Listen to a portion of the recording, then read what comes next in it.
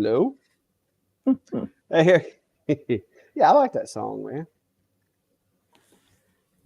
So hang on, I got the channel up on the other screen and it's trying to play on me. Is this the part where I say it needs more cowbell? Yeah. Oh, by the way, you can have your weather back. By the way, this is terrible. It's been in the 20s at night around here. Mm-hmm. Mm-hmm. Mm-hmm. I'm gonna send it back up to you. Well, hello everybody. Oh, trying to get all the chats and better than a Taylor Swift concert. He must be talking about you. That's Brian. He's still crushing on you over there. What's going on, guys? Yeah, Brian, I set up a little, like I guess a breakaway, just playing around while we were in here messing around, trying to get everything set up. I got a bunch of new gear. Steve's battling with the camera scenario this week, not me. Uh, that's good. That's better. Well, hello, Claire.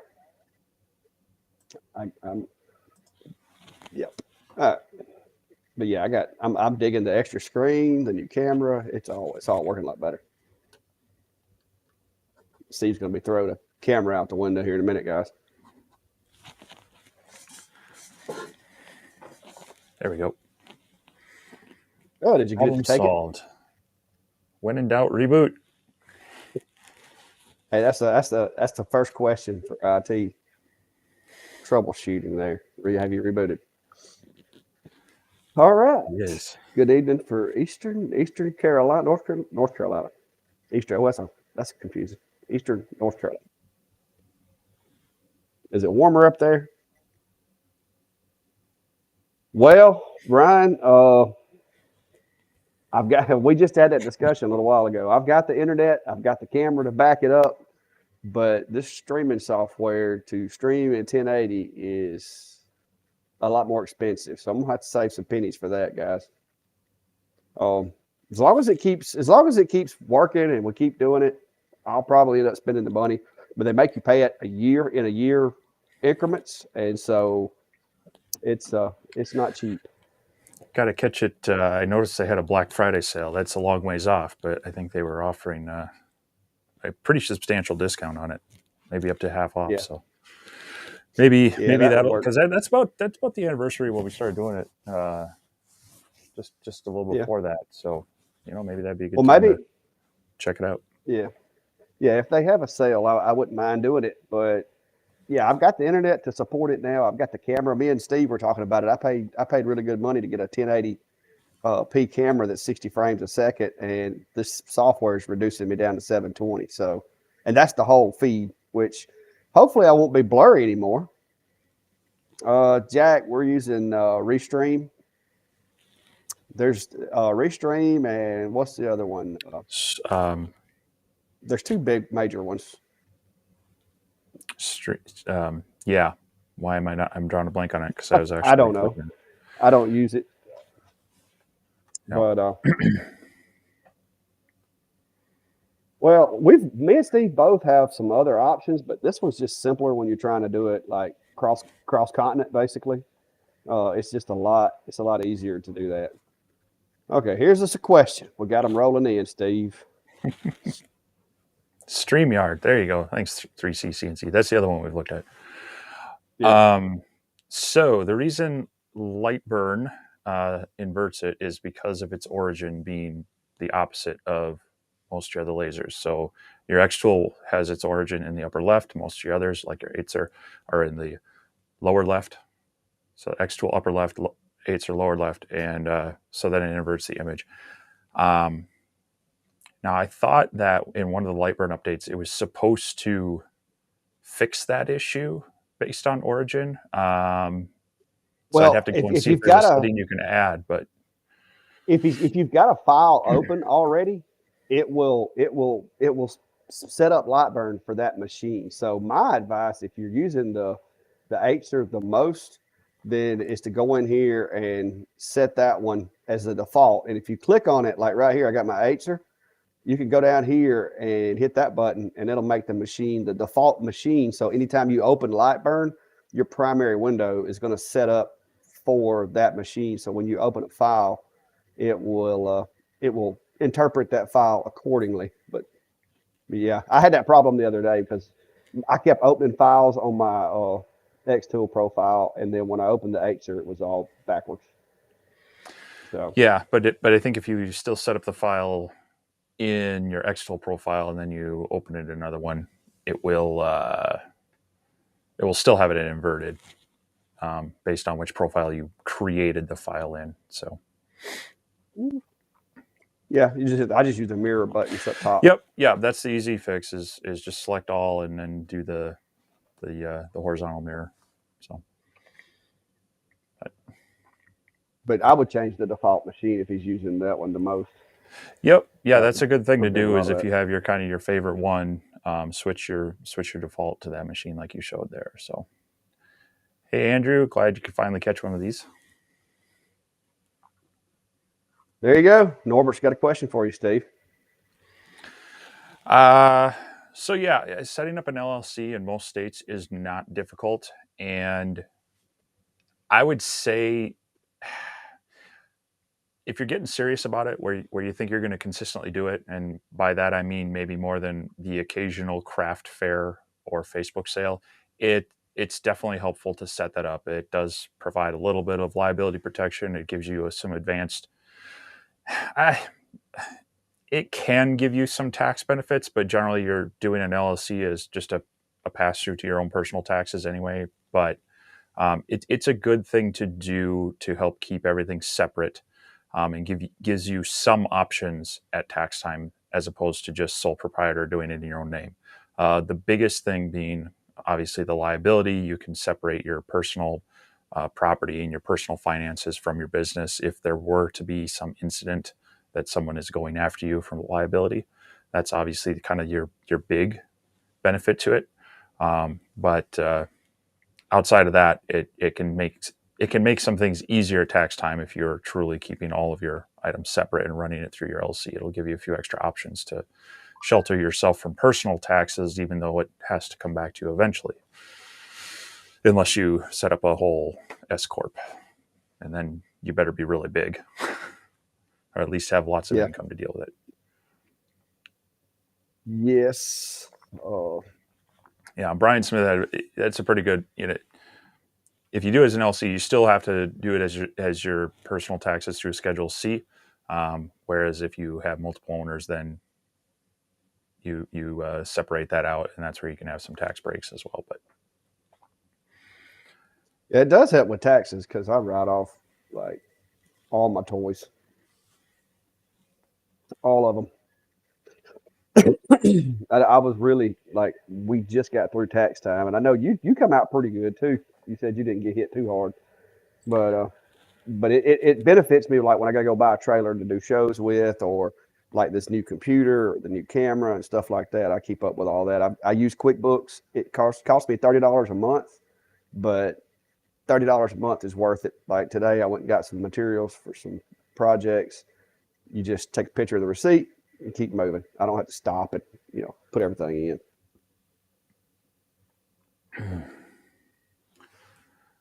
well, Mike's asking about white leather with an X-Tool 20 watt.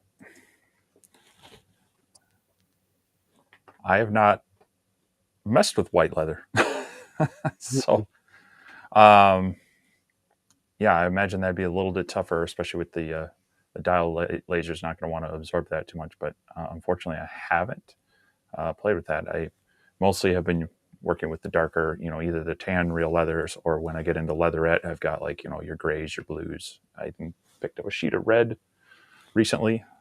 So Yeah, I've done black and I've done red and then just, brown. But I can honestly say I've never done white, but I would imagine the reflectivity would cause you to have to use a little more power, maybe a lot more power.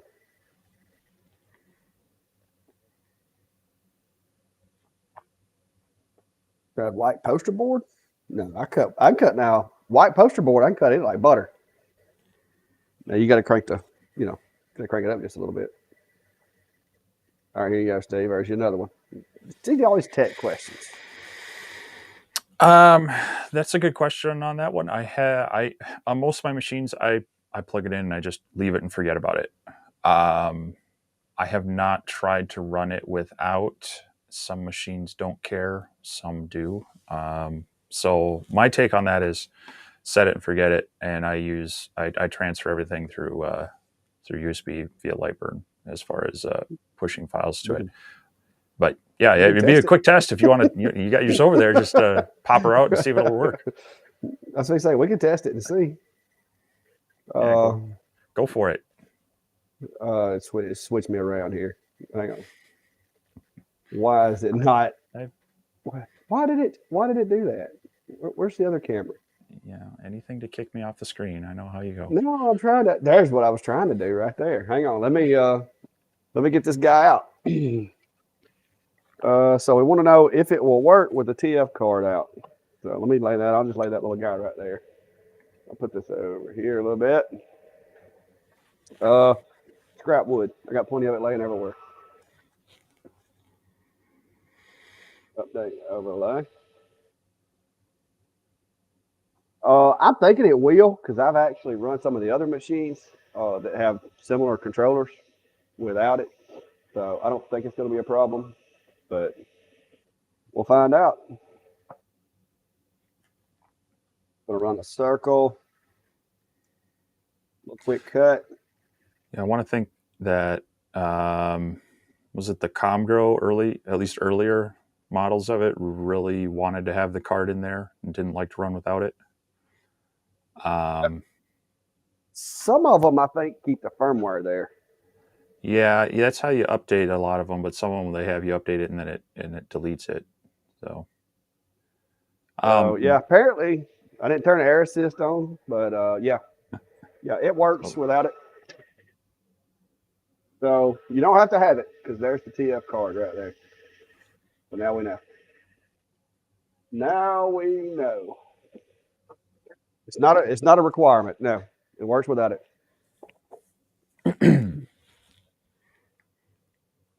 Little Steve.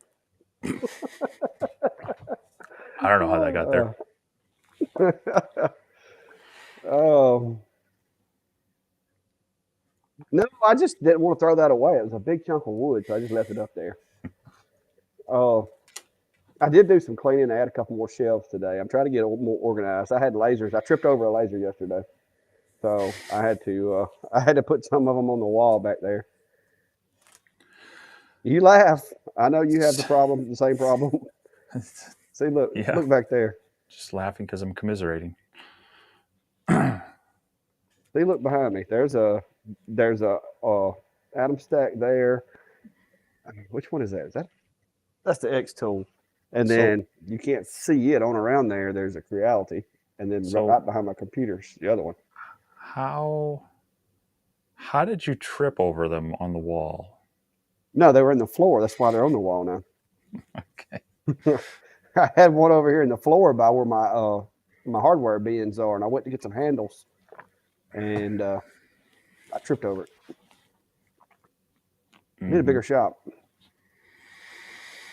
Nah, I don't have. Everybody says that. You know, doesn't matter how big your shop is or how many shops you have. You always will say you need more, but yeah, you make do with what you got. Oh yeah, that's why I just keep hanging stuff on the wall and making more shelves. That's why I'm looking forward to it warming up and I can work more in the outdoor shop. I just hate to pay to heat it when I'm not. A lot of my stuff I've been doing lately, I can do down here with the smaller machines. So it's like, well, why would I want to heat up the whole outdoor shop and these sub-zero temperatures? Although, hey, it's 40 right now. Now, I'm happy. That's warm here. Although a year ago, colder. It is officially colder here than it is there. I got it. So, okay. So I had to run out there earlier today, and it was 43 degrees in my shop. I stepped outside and went, I think it's warmer. Huh. See, right now. Hey, we're equal. Yeah, no, guys. As far as the extra machines, I actually have a few friends that wanted to get into lasering, and So I've like adopted out of several of the machines that I've had, and I've also got a thing with the trade school. They've got like a robotics program. What do they call that? STEM program or something where they do like electronics and so forth. And some of the machines I have are headed to them. I just haven't got them up there yet. And we I've been discussing too. If it gets too crazy, I think me and Steve are going to start having like a giveaway during the lives or something with some of this stuff. Because if it keeps coming like it is, it's something you'll have to give. So that's something I'm working on. But y'all got to realize I'm just getting this that part of it is just getting to spin up good. I don't know about Steve, but it's getting a lot more of it. And once I mean I'm not going to just sit here and pile these things up and let them ruin. I'd rather somebody be using them. So that's kind of what I've been thinking about doing is Yeah, just have a random comment or something and just pick one. I think it would be easier on the live stream in sense. I've thought about doing it on some of my YouTube videos with various stuff, but you got to be careful because anytime you mention a giveaway, you get all the people hijacking your comments and sending people the notice like, oh hey, they'll do a spin on your name and steal your profile photo and say, hey, you're the winner. Contact us, and then they try to get you to pay shipping. And sadly, it is worth their time because they get enough people falling for that, and then you as the owner of the channel feel bad that there's nothing you could do other than try to catch those comments before people get to them. So I would love to do some things like that as long as it doesn't create a hassle for any of the viewers or the watchers. So Yeah. Well, and doing that's it what live you might know how to. yeah, doing it live I think is probably one of the best ways to do it. It's just harder to get more people involved with it. It's just whoever happens to be able to catch it. So Yeah. Or you never know. We might could do like a postcard drawing or something. Get like a big drum and put postcards in it or something, and just spin the drum and pull a postcard out. I mean, yeah, that would work. yeah, there are Just ways to do go, it. just go old school. Yeah, Brian, I saw that video by Um, Jerry Riggs Everything. That was a good one where he actually talked to the scammer about why it was worth it and everything. So, but you had a couple questions come through here. Jim's asking about the X Tool P2. Um, so that is their new CO2 laser that they are teasing already, and I believe their launch video is on April 5th. Um, I would love to see one. I've been talking with them, might see one, but with anything of any of these manufacturers, until I have like a full on, tracking number and it's on my doorstep, I'm always kind of, I don't want to overcommit. Like, oh yeah, I'll have one here and I'll be able to tell you everything about it. Some of the cool things I've seen about it is they have kind of they have the optional base that gives you more space underneath, which you don't get with like your Glowforge and your G Wilk, whatever that one is. You have kind of a limited space with some of those without um, an aftermarket thing. And with that, they also have kind of that motorized pass through that'll give you about 8 feet of feeding. So you'd have a 24 by 8 foot engraving in one shot. But the really interesting thing is they have a dual camera setup, and that is supposed to do more of like a 3D scanning ability. And so it can, on the fly through a job, calculate that out and raise and lower your laser to stay in focus with, a curved object. So I'm really curious how that works, how they've done that, and I'd love to get my hands on one. I'm hoping maybe I can. We'll see. And if I do, you're definitely going to be hearing about it here and on my channel, and from there. It is a bit on the spendy side, though. I believe they top out around $499 or $4,999, and of course they're offering pre-sale deals right now up to $1,000 off through doing some things. But um, you know, that would be. I'd want to know more about it before I commit to that kind of money right now. So,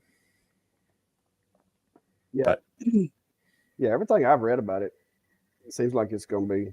Oh, I got a little hiccupy. Everything I've read about it, it seems like it's going to be a cool machine. But yeah, it's the price tag's on up there. Uh, it's way more than I've ever spent on a laser. So we'll wait and see. Oh, and Well, this is a it's in the. question. Go ahead. I was going to say it's in the ballpark. After I did everything to my other one, it's in the ballpark, but and just a touch smaller than my other 60 watts. So it's not outrageous if you really look at Yeah, it. But yeah, but I haven't bought any of those big roll around machines. So, but James is asking, what are the thoughts of the 40 watt versus the 8s or 35? And James, I can't really speak with any authority on either one. Because I haven't got to put my hands on the X Tool 40 watt, so I can't say for sure.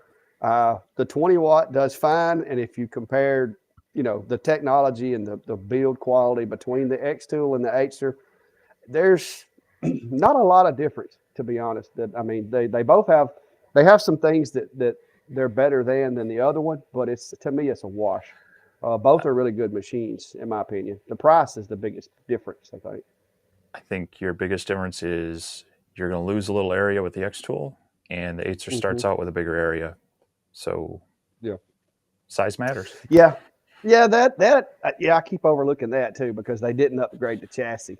Uh, you are going to wind up with like what 50 millimeters less workspace than you would if you had an Acer, and Mhm. that's the reason I'm using my Acer now for like the majority of my stuff I do now. I'm doing with the Acers because it's just work area is it's a game changer.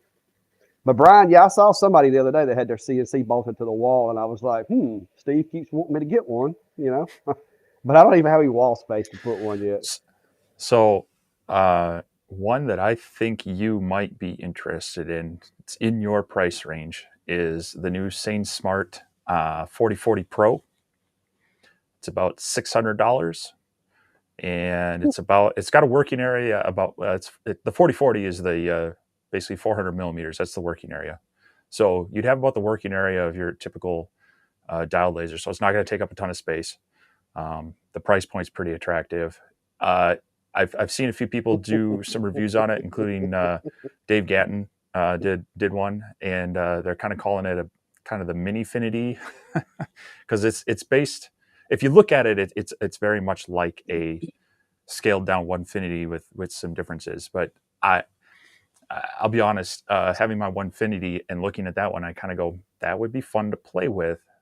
Um, it obviously is not going to stack up to my Onefinity in speed or quality or size or anything. But for a Yeah. starter No, I'm just CNC, it's for that price, that'd be a pretty good deal.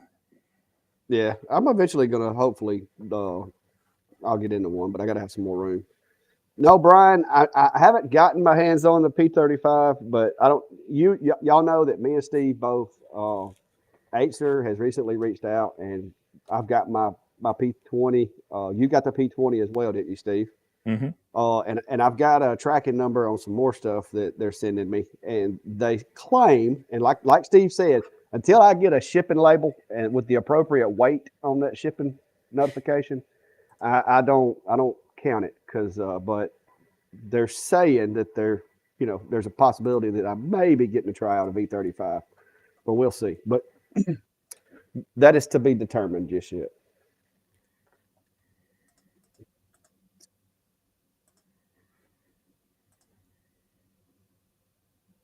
But yeah, the James, the P20, the P or the V35. Like I said, they have some really good qualities. I've been using the P20 pretty much continual since I got it. I still use my 20 watt X tool because I'll run multiple jobs to make more money per hour. But my go to if I just got a one off, it has been my P20 lately.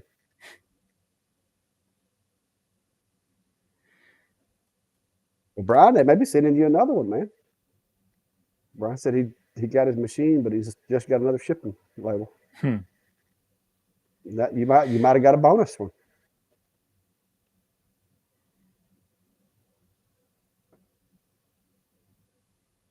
All right. Questions, concerns, comments? Let's see. The Whaley Crafter is asking about the Laser Pecker 2 for portability. Um, I guess it depends on what you're wanting to do with it. Definitely those smaller ones like that are portable. I mean, both Clack and I kind of have that Atom Stack. What is a little tripod cantilevered thing? Yeah, Those are definitely portable. there. I've taken mine out to my model airplane field and set it on some of our flight stands and engraved our club logo on it, running it from a little just battery backup thing. So that's There it is, definitely right there. portable that way, but they also end up being a little bit limited in their capability. So it would depend on what you're looking to do. If you're doing a lot of just smaller engraving type things, definitely, you know, the smaller and better. And even the laser pecker too is going to be more portable than what we're showing there with that cantilevered smaller one. So again, I think it would just kind of depend on what you're looking to do. If it's engraving on things you don't necessarily need to cut out and have any extra gear with it, definitely definitely an option. I know a lot of people like them. I don't have any hands-on experience with one, so I can't speak to its quality or longevity. So, but I don't know, your thoughts? Yeah, like you said, I think all these machines you have to consider what you're wanting it for, what you're going to be doing. If what you're going to be doing with it, if you know having a small, compact, easily to transport, easy to pick up machine is what you need. I think the laser pecker is app operated, so you don't necessarily have to have a computer.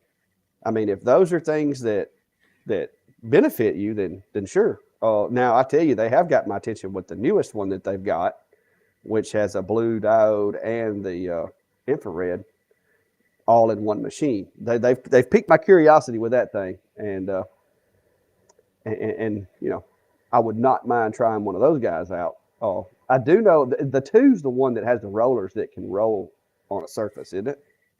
Where you can take the little plate out and it rolls and it rolls back and forth. Is that the I one? I think the think so. two does that. The two or the three one does that. So I mean that would be kind of cool to have. Uh,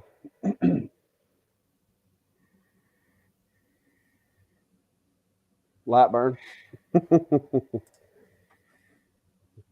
That would be light burn. Mm, a lot of it light burn. I also have so sometimes it'll depend. If it's something that's more structural, for example, I'm gonna have parts that fit together. I may run it through one of my CAD programs just because I trust the measurements and such there a little bit easier, and then I'll export it into Lightburn. Or I do have Adobe Creative Cloud available to me, so I sometimes use those as well. But I like trying to do as much as I can in Lightburn for the reason that a lot of people getting into this, even just buying Lightburn is a stretch that they don't want to keep paying and paying and paying. So anytime I can show them how to do it in Lightburn rather than, use this software and this software and this software and then import it, I find that that's more value to people. So it is a fairly powerful program and I like using it for that, but I do sometimes use a few others. Yeah, yeah, because a lot of the stuff that you see behind me, these boxes with the handles and all that, those started out life as a boxes.py. I set up everything for the framework in there, and then I just bring it into Lightburn, make the changes, edit it the way I need it to be, and export the finished product. So, but like Steve says, now graphics, yes, I'll use Adobe because I have a Photoshop and Creative Cloud. But for files, typically everything ends up going in Lightburn. And I need to do some more. I've gotten a little bit better at Lightburn lately, so I need to do some more videos with that. Let's see. I don't see anything. You see any? Let me know if you see a question that I missed. Yeah, I think somebody's saying, I don't know if we caught that or not, but that is the one that has the little floor plate that comes out and it crawls around. So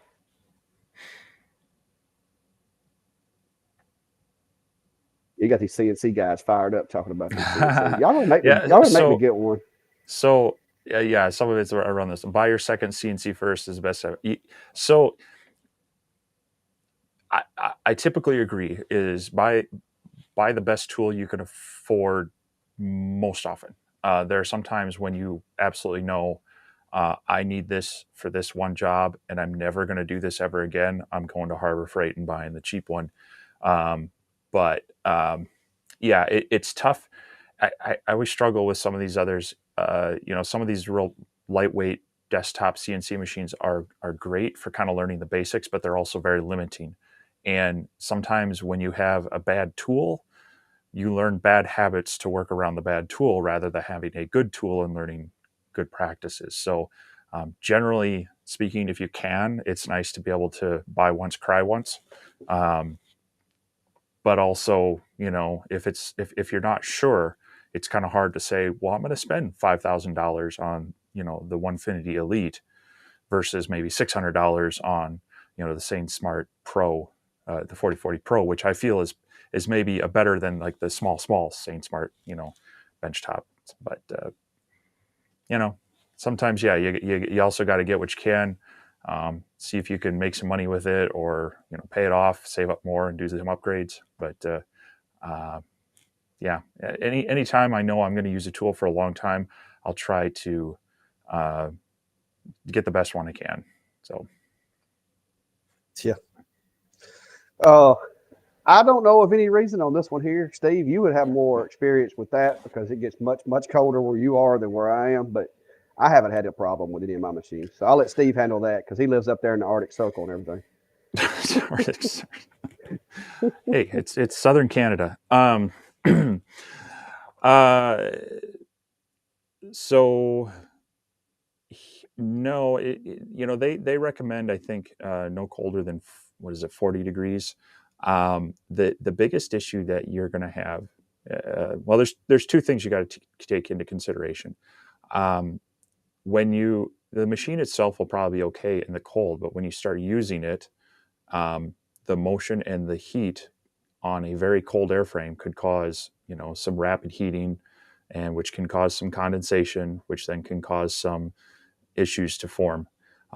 It's very much an issue with CO2s in that you don't want to get condensation in there around your tube, and that's why your water temperature versus your shop temperature need to actually be fairly close. And then if they get too hot, you got to start worrying more about climate controlling your shop along with your uh, water tube as well.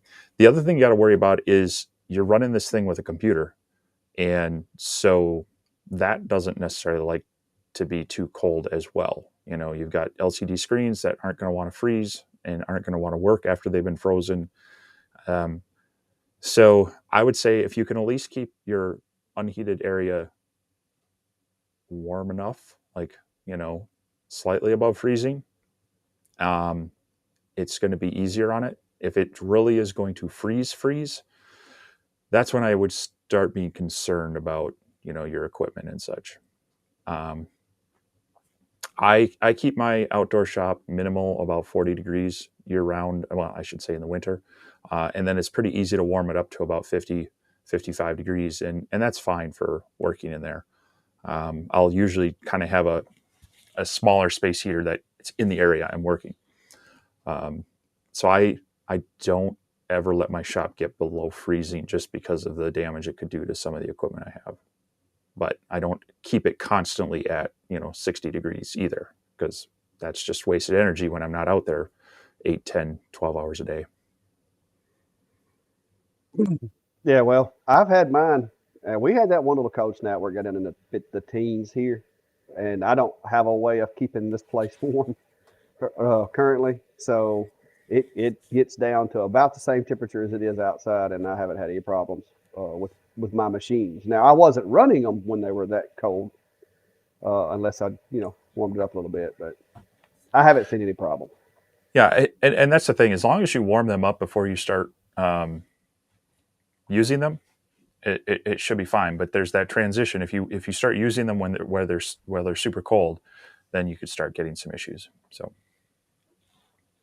Yeah, Brian likes my cold snap analogy too, Steve. It is cold here. When it gets down into the teens here, we lose our minds. I mean, you it's not have supposed to get that cold. you have green grass and have already had 80-degree days. All I Yeah. have are Facebook memories showing that on this day last year I was out flying at my flying field. Well, the bad news is though, all these peach trees that have already bloomed and all that, which I'm not a peach farmer, but I know Mother Nature surely planned for those late frosts. But man, they really get to, like flying helicopters over the peach fields. They got these big fans that blow on them at night and stuff. They'll rent heaters and put in the peach fields to try to keep the blooms from getting knocked Yeah, off of them. you just put I mean, blankets over them. That's all. it's driving them nuts right now with this temperature. Mm. North Carolina, it was 12 degrees last night. See, now y'all can keep that stuff. Steve sent me a little bit of this cold weather down here, and I ain't liking it because I've had to break out the hoodies and I got my heater going over there. I still have a foot of snow in my backyard. I mean, come on. I'm not happy either. Yeah, but yeah, those we always get teased with early springs anyway. Like it'll be 80 degrees and you're sweating outside, and then the next week you got icicles. All right. So yes, I did tease the Ortour. Let's see if I can show this here. We'll bring this one in. So there is the Ortour rotary hooked up on the Laser Master 3. And yes, I've been playing with that a little bit this weekend, kind of getting the ins and outs of it. And so hopefully within a few days, I'll be able to put out at least an initial video on it. The build is super easy. It comes mostly assembled. You put 2 screws in it, basically to lock the angle adjustment in. And then there's the optional, end stock piece. Is that a little suction cup? Well, it kind of, not really a suction cup, but it's there to be a end stop to be able to grab the other side of like a cylindrical object or a round object or something. So anyway, that will be coming soon. And yes, it does work. They provide you with 2 adapter cables. I got them right here. So they give you 2 adapter cables that allow the wiring to work. So they're labeled A and B with different style machines. So it should work with the X tool, should work with the Aether, should work with pretty much most of them that I have. I'm not going to test them on all, but I'm going to run it through some of the popular ones just to be sure. But that is very cool. And I know, who was it? Someone keeps asking about the ComGrow camera mount on other lasers. The other thing that showed up was the Atom Stack camera mount, which is good and bad, but it has this is how it attaches to the laser.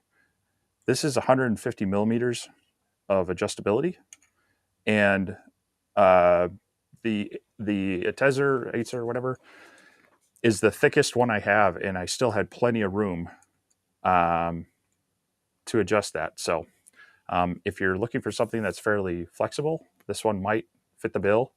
It's got a lot of adjustability. It's got a ball head on this end so that you can angle this all over. This can go up and down. It can angle to and fro. So, it's an option. It looks pretty decent. And I forget the camera specs on here. They're actually a little bit better than ComGrow's, I know. I haven't compared them to some of the default Lightburn ones that they're selling and such, but it looked like a larger sensor and such. So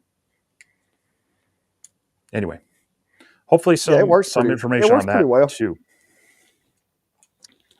And you got one of those as well. Yeah, I got it and the cutting surface, but I hadn't done a video on either one. I've been busy doing other stuff. Had stove covers I had to get done this week, and so it's sitting right behind my computer right now, set up. I've got it on the ASMR because I don't have the only Atom Stack machine that I've got is that little tripod hanging on the wall over there, and the work area isn't even big enough for this cutting surface. So I guess the ASMR is going to stand in. It's the closest thing to an Atom Stack I've got laying around here.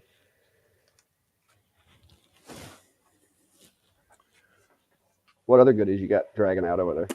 I was just trying to find the quick one sheet or the book that came with that thing. You know, the instruction manual that we all read thoroughly. Oh, there is. Hang on, Brian. I've been meaning to test the thing, but hang on a second. Let me go grab one. I've got a switch that a guy makes, and I'll show you what he sent to me. I haven't got to test it yet because I just don't do that many tumblers recently. But I've got a wedding that I got to do some tumblers for. So I have found, or it found me rather. Let me find this thing. I've got it sitting over here in the back corner, and I can tell you the guy's name because it's still in the box. So as far as these because the only machine that I'm aware of that allows you to have a second plug, the O-Tour, it has the second plug for the rotary, right? The LM3, Yes, mine does. it does, and you have to make sure you save. So they have a cable that comes with the laser because it's a Yeah, smaller 4 pin. And yeah, I'm glad I saved mine because I had to dig mine out to find that. So yeah. But anyway, this guy. Let me check my literature, guys. I haven't, like I said, I haven't tested it yet. Ronnie Schreiber. Uh, yeah, Ronnie Schreiber is his name. He sent these things, and like I said, I just haven't had a chance to put one of them on. Don't use them a whole lot as far as the rotary goes. But these are some pretty good little, and you can see here it's got, if this camera will focus right, but it's got different plugs for different machines. It's got an A and a B, and this one's got names of different machines. This camera's not going to focus real good, but this one says for O-Tour, Need Year, Two Trees, Atom Stack, and X Tool. So I guess you would use the B. This one has an A. I guess it's a different. That's a different cable, but I haven't read the instructions and put it in yet. But I got two of these little guys. He sent them to me, the A and the B. So if I ever get around to installing them, which is what I was thinking about doing with the Aitzer, is installing one of these in the enclosure, and that way I could not have to unplug and plug it in all the time, since I'm not going to be moving that machine around a lot. But I haven't got to test it yet. I really need to do that when I get another rotary. But I know I've got one coming. I've got the Aitzer rotary coming. It's shipped, so as soon as it gets here, I'll be doing some videos with it and doing some tumblers with the Aitzer to see how it does on those. And I think it's supposed to get here Wednesday, so hopefully sometime this week. And it looks a lot like the one that Steve's got with from O-Tour.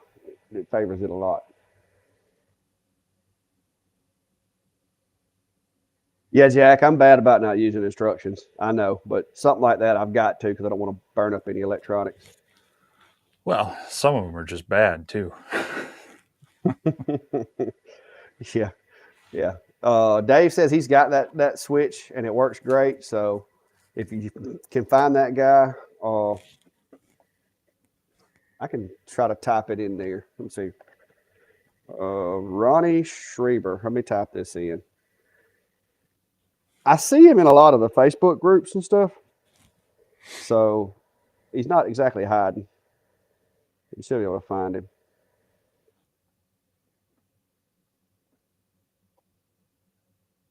That's his name.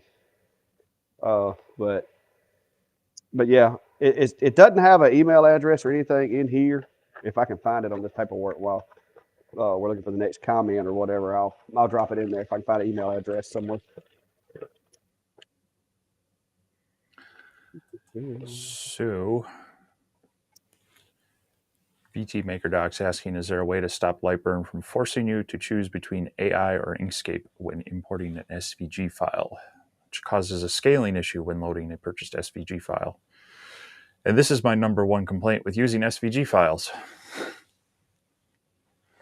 That's why I prefer DXF. Usually has appropriate scaling information with it. Have you you run into that? Have you played with that much? I don't do a whole lot with SVGs. I'm like you. I stick with Lightburn or DXF files, bringing them in. I have found that a lot of people complain about my files trying to bring them in as a SVG when they have Lightburn, and that's why I Mm-hmm. always tell them just either use the Lightburn or use the DXF because SVGs are just little sketchy sometimes. Okay, I found an email address, so I'm gonna put that in here, and also I found a website, and the guy makes. I know he makes parts for guitars. That's actually what he does. So this is a web. This is a that's the website that he had listed. Harmonicaster.com. So, I mean, as far as the SVG options, so if you go into your edit menu and your settings within Lightburn, you can tell it to default either to Inkscape or Illustrator, and that will help. It'll also, you can play with your DXF imports, and that's where mine's set to auto detect units if possible. Otherwise, you can choose, and that's something that I've had to do in the past on even some of my DXF files. But like I say, I generally, if I can get away from SVG, I will. Just for that matter, I know a lot of people like to use them. A lot of people with Glowforge and other they tend to use that. Um, yeah, a lot of my files, when I remember it, I'll actually put in a reference block that's like, here's a 1 inch scale, in both axes, so that it's easier to identify, and then that allows it to scale easier. But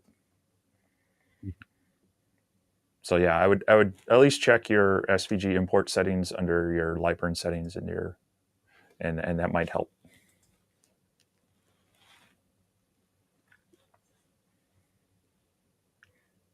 There you go.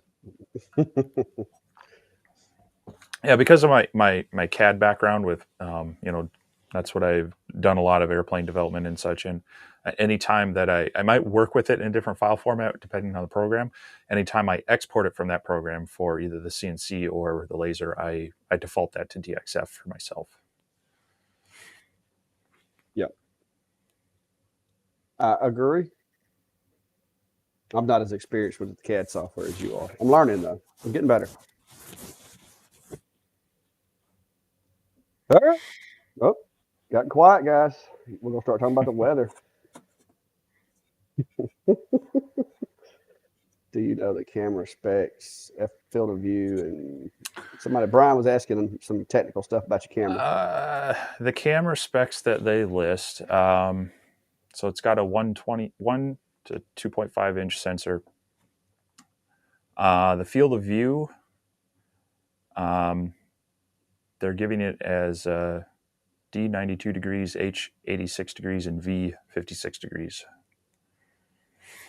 for field of view on that.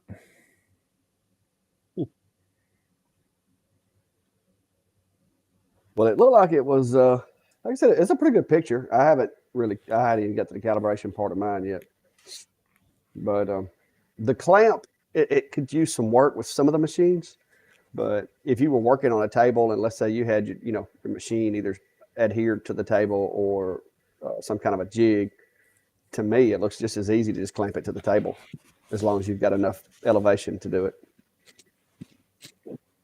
Yeah, that's definitely an option. And yeah, the clamp helps it be more universal. I noticed when I was trying it on the X tool, the back top rail is pretty narrow. It still fit, but I definitely had to kind of weight it so that it was catching the screw part over that as well. Um, and some of the others they might bump into things depending on whatnot, because you got this bracket that's sticking forward. So if your gantry has anything hanging off the back of it, that might bump into it. That could be an issue. But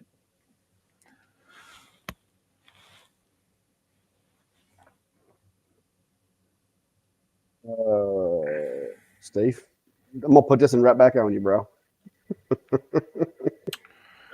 Um, so really, it's just I mean, it, it, if you're just getting files from someone else, it's just an import function. So you would go to import your file, and by default, Lightburn will allow you to select any of the options. Uh, However, if you're exporting, um, it is also something you can select under the save as file type. You get AI, DXF, or SVG, so you can select it there as well.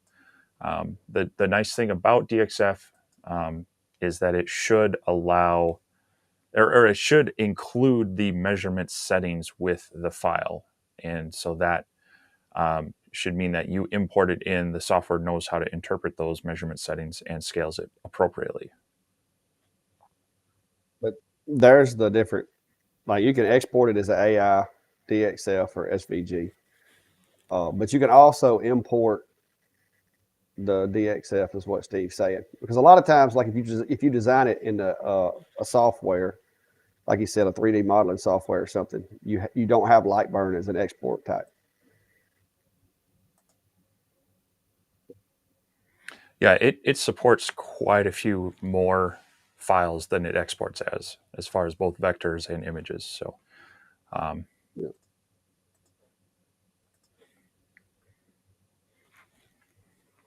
Yes, Jay. Yes, you can. You just have to open up a different instance of Lightburn than the. I mean, you can work in the same work area that you're burning in, and it won't mess anything up. But I avoid that. I'll start a burn, minimize that window, and relaunch Lightburn, and then I'll select the machine profile. That I'm not using one of the other machines that's the similar point of origin as the machine that I'm wanting to use to make the cut with, and finish it and do my design there. So yeah, you can have. I've had 5 instances of Lightburn running at one time. 4 of them were burning, and I was designing on one, and didn't have any problems. Now, the more you do that, you're going to need to make sure your computer's up to the job. and especially if you're using Lightburn, by default you're given 2 installs, and you can contact them, and they'll generally give you a third. So, if you have a secondary computer, you can also work on that, and then just transfer your files over either USB or through cloud storage or however, um, without having to pay for another license of it anyway. So I do that a lot, where I have a laptop to run it, and then you know been working on Oh, my desktop in the same room or something. But Brian.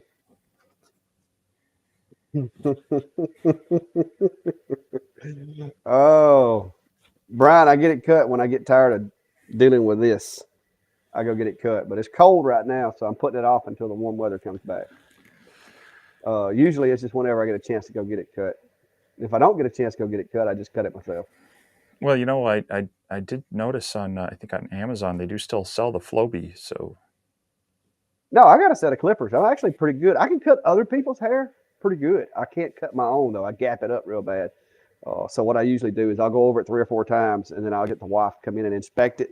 And if I made any major mistakes, I just shave it all off. Uh, but I haven't done that in a while. I got a lady in town that's been pretty good about letting me walk in and cut it without having to make an appointment. So I don't do well with appointments. Ask my dentist if you don't believe that. Something big always comes up at work, and I'm not joking. I mean, seriously, like I'll have an appointment and something big will happen, and I miss them every time. So then when I do go, I'm there for like 4 hours, and I come out looking like the Elephant Man, mouth all swole up, drooling on myself. Uh, any suggestions? Let's see what this says here. Squeaking when it moves. Yeah, I thought that was. I thought I had talked to somebody. I mean, depending on how you sent me the message, I probably responded. You may not have got it if you sent it to my website. That's a little hinky sometimes. If it's squeaking, I would say check belts and maybe add some lubrication, because when I got mine, the Acer was very dry, so I had to put a little lubrication in there, and then the Creality was really really bad. where those rollers and everything are. But I would say probably the belts or timing linkage need to be checked too, just to make sure it's not binded. What do you think, Now, Steve? now are you saying you lubricated the parts, or you lubricated the belts? No, not the belts. You don't want to lubricate the belt. You just said the That's not. belts were It's dry, and then you talked about lubricating. So I was kind no. of like, The rails were dry. okay, Maybe I got gotcha. my words back. No, no. I mean now I do know people that if their belt's squealing in their car, they use underarm deodorant to make it quit squealing. But that's not a good idea. It's usually best to change the belt. Yeah, But I was no, going to say if it's squeaking, it could even be that belts are too tight. Um, so I would definitely check, mechanically, make sure that they're snug, but they're not too tight. And then, like you say, check all the rails, and that timing rod. Just sometimes that needs a little bit of lubrication as well. So no, I do not have a jig for M1 hybrid. I don't have one of those. I mean, you could modify one to make it work probably. Uh, let's see what's this. Oh, well, thanks there, Robin. I think you'll like the Acer. I've been really happy with mine so far. Is there a way to message YouTube channel owners? Yeah, you can send emails. yeah, I think they let you set up in your contact email, but they don't. YouTube doesn't really have like a direct messaging kind of thing. Now, good time to point it out, guys. If you do want to message me, the best way to get me and get a reply is Facebook. YouTube, I comment back when I can, guys, but sometimes when y'all comment and I comment back, I don't get a pop up necessarily in studio saying that you've replied. So a lot of times those fall off to the side. I do have a little messaging thing through GoDaddy with my website, but I don't like it either. It's an email chain and it gets confusing. Sometimes it works, sometimes it don't. Facebook, Facebook comes to this. Now it doesn't like wake me up in the middle of the night usually. I've got it set to where, when I check my other messages, I will see it.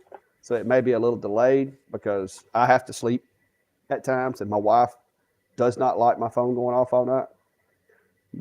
But Facebook's the way to get in touch with me. And if you haven't, me and Steve both have a Facebook page. Go over there and hit that button and follow the page. I know Steve posts a lot of pictures, Facebook, Instagram, and I do too. And it's just a lot easier to communicate sometimes using that. I like YouTube better for videos, but as far as this part, comments and stuff like that and questions, it's easier. And if you haven't already, go check out our laser engraver community page, and you can hit the button on that. We do actually check. I know I do, and I've seen Steve commenting and liking a lot of stuff in there too. So we cruise through there pretty regular, and you can catch us in there a lot of times. And there's a lot of other guys in there, Norbert and a few others that's in the room that sometimes they may actually have the answer to your question before me and Steve even get a chance to look at it. So some really, really, really good guys with lasers. Uh, Daryl, mine and Steve's are both exactly like our YouTube page, our YouTube channel. So if you will Google the Clack Shack, you will find my Etsy, you will find my Facebook, my website, everything. Yeah, And and I I think usually yours is put the it same in way, isn't it, the Steve? yeah, and I put it in the description of all my videos. Should be in the description of the live on my channel as well. So I got the Yeah. links down there for people to easily find both the Facebook group as well as my Instagram, my Vintari's workshop Facebook page, and all that. So, but yeah, I would agree that the Facebook Messenger, either through the groups or message through that page, is one of the best ways to do it. So, There you go. Uh, Not that I'm aware of. I mean, you can start over, but you're not going to um, start over where you left off necessarily. yeah, because some of them, if you look at the console, there might be a command, but Xtool is also good at ignoring console commands. So I have not, luckily, I haven't run into this issue um, where I've had an alarm go off where I wasn't trying to trigger it. I always like to test, what's the flame sensitivity and the tip and things like that. Um, You will. I will. But I'm trying to think. I think the only times that, like when I've tripped it, it's because it was too close to the end stop, and so it triggered it right away. So it wasn't a really a restart in the middle of the job kind of scenario. But um, I think if you look at the console when it does that, it gives you uh, some information. But I think Xtool is really good about ignoring any console commands. So Yep. But yeah, the flame sensor will get you eventually. It'll wait until you got something really important on there, and well, then it'll get you. right off the get go, I turned that down to low sensitivity. So Yeah, it'll still get you. Don't worry, yeah, it'll get you. If you use it enough, it'll get you. It only took one job of me being in the middle of like a hour-long burn for that thing to get permanently disabled. So I mean, I appreciate the safety and their concern for my well-being, but I can't have it messing up jobs for no reason.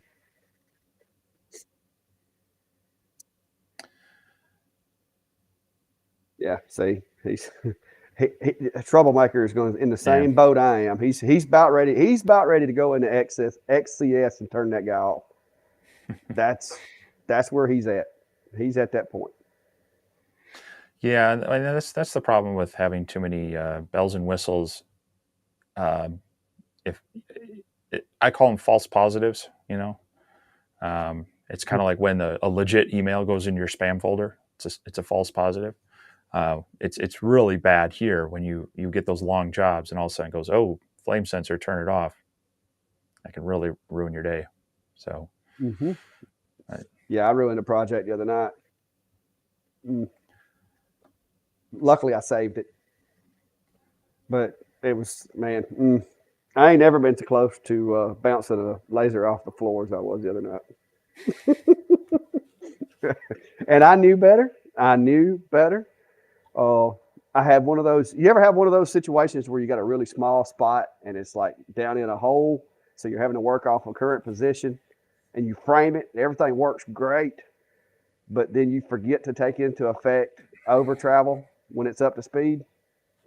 Yeah, I did that the other mhm, night, and it knocked my workpiece halfway across the table, and then it kept burning it just random places. Yeah, not mhm. good.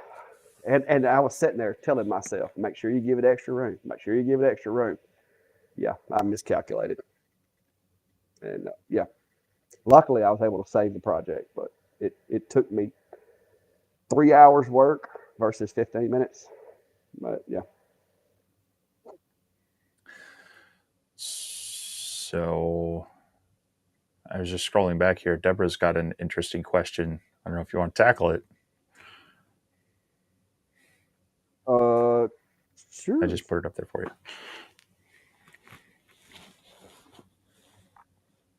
Oh Lord. Hmm. Well, see, uh, maybe this is just an optimist in me, but I don't, I basically, I look at, and I think this is part of the team builder in me. I don't necessarily look at one machine necessarily being better overall than another. Now, some machines are better at some jobs than others.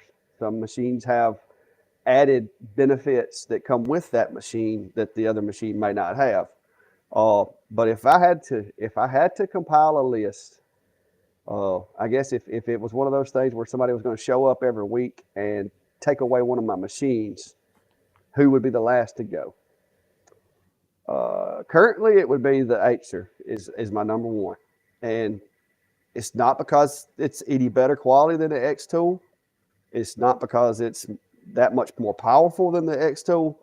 It's what Steve said earlier. I get 30 extra millimeters of work area with the Acer that I don't get with the X tool. So that's a big deal for me. I mean, the machines run, neck to neck. I mean, as far as quality of the burn, power output, engraving ability, they're neck to neck on performance.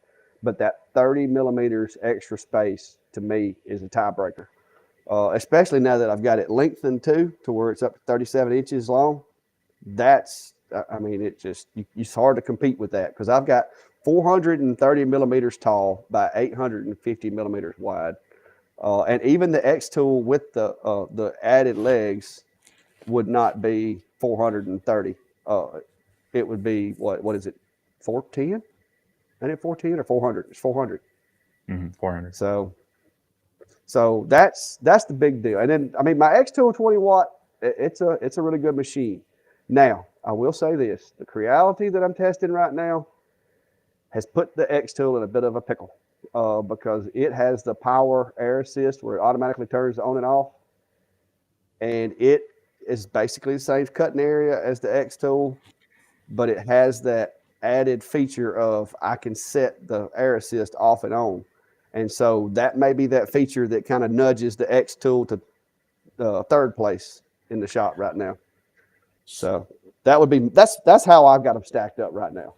So not only on your Creality one, you were talking about this. Not only can you control it from the software, but you can adjust the flow. Right?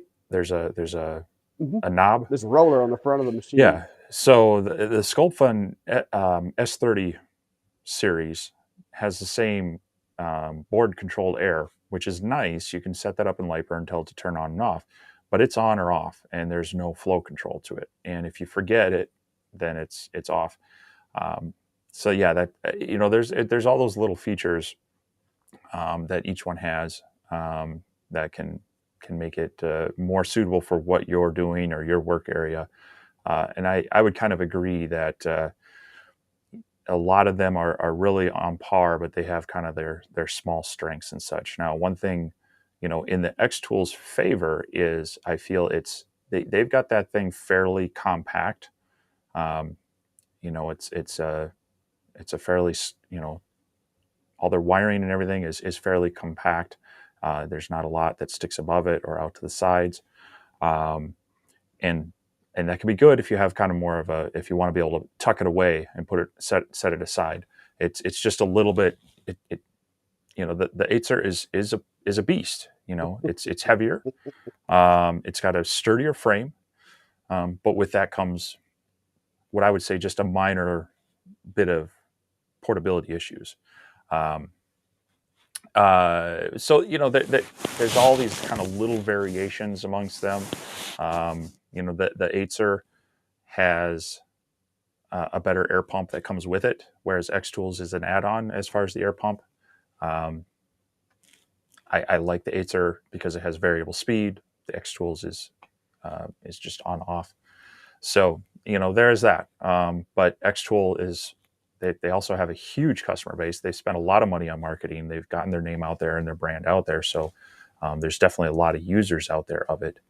And so that can kind of inherently, outside of the company support, you're going to have a lot more people that maybe have experience with it.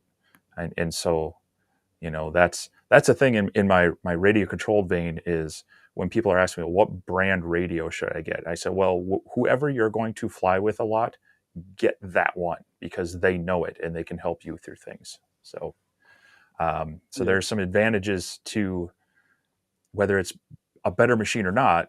More people using it are going to come up with more tweaks and solutions and advantages and aftermarket doodads for it.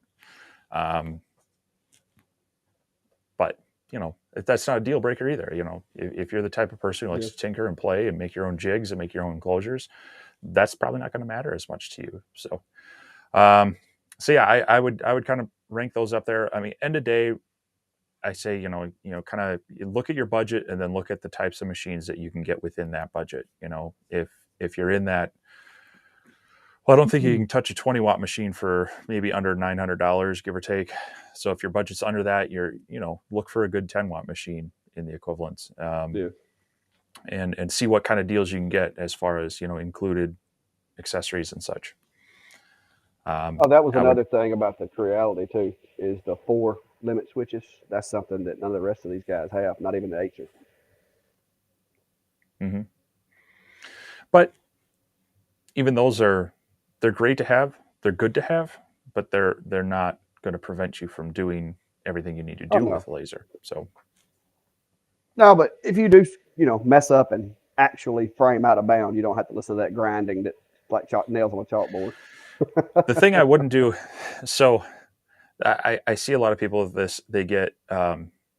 They overanalyze, and they what is it? It's there's a term for that. You basically you're stuck trying to make a decision by overanalyzing it. Um, at some point, you kind of have to pick what are your preferred. What do you know is important to you, and find something that fits your budget, and then just go with it. Yes, something else is going to come out within possibly months that does Oh it yeah. better. It's going to be bigger, it's going to be more powerful, and you could have buyer's remorse from that. That's why I think you need to pick your budget, pick your features you want, find something that does that, and just you know make that decision, go with it, start creating, and enjoy it. At that analysis paralysis, there you go. That's what it is. Um, uh, at some point, you got to just kind of be happy with this is the price point I'm comfortable with. These are the features I want. Here's a deal that I'm comfortable with. I'm jumping in and start creating, because something else will come out later, and you'll wish that. But if you continue to do that, you're never going to end up with a machine. Never going to have any fun with it. So Oh yeah. Right after, I mean, it wasn't even a year after I got my 10-watt D1, they came out with the 20, and I'm like, what the heck? I just got this one. So I mean, it's going to evolve, and it's going to evolve fast. VT Maker, if you're still here, you can turn the fire sensor off on an X tool. You just have to do it in XCS software, and they kind of messed up when they wrote the software where the fire alarm is. It's got like sensitive, not quite as sensitive, and then do not show again. The do not show again is the off switch. I don't know why they named it do not show again, but that is the off switch. That will permanently disable the flame sensor on an X Tool Pro. So just it's throwing that the out there. unsubscribe button. Yes, that does away with it. I can verify that. I've been running mine that way for several months now. Uh, and 3C, if you're still here, I know it's been a minute. Uh, Steve, this is more of a technical thing, and you do good with that. So I'll let you explain this. What is meant by over Well, travel? I think that's when you were talking. You're thinking Mm-hmm. overscan. Yep. Yeah. So when you're setting up an engraving file and your machine is going, especially if you have bidirectional scanning on, which is on by default, so that as it's going back and forth, left and right, it is engraving in both directions. So your steppers have a acceleration and deceleration to them, and you want to turn on overscanning to allow your laser to go beyond the extents of your image, which gives it more time to be able to ramp off the power, turn around, come back up to speed, and turn the power back on. If you leave that off, what you can get is where, as it's slowing down and the power doesn't compensate as quickly, you'll get a heavier burn there because it's keeping the power on stronger and traveling slower. Whereas if you have overscan on, it knows, okay, hit this limit, turn power off, keep going but slow down, come back and get up to speed so that you get a more consistent burn in both directions. So uh, that's great, especially if you have just flat material. It's just going to go beyond, and you usually set it as a percentage. 2.5% is minimal, usually for the diodes, up to 5%, depending on yours, is all you really need, generally speaking, for that to be able to appropriately slow down, turn around, come back, get up to speed, and keep that burn consistent, because it'll be at its top speed when it's hitting that instead. So you just got to be mindful if you're engraving inside an object like in a bowl, that it has the extra distance to go. And then if you look at the preview, um, the faster your engraving speed is, the wider that overscan is going to try to default out to. So Yep. But yeah, I agree. Troublemakers. There is a laser race going on, kind of like the arms race of the '90s and '80s. There's a laser race going on right now, and it is. I mean, it is just amazing at how fast these companies are trying to outdo each other.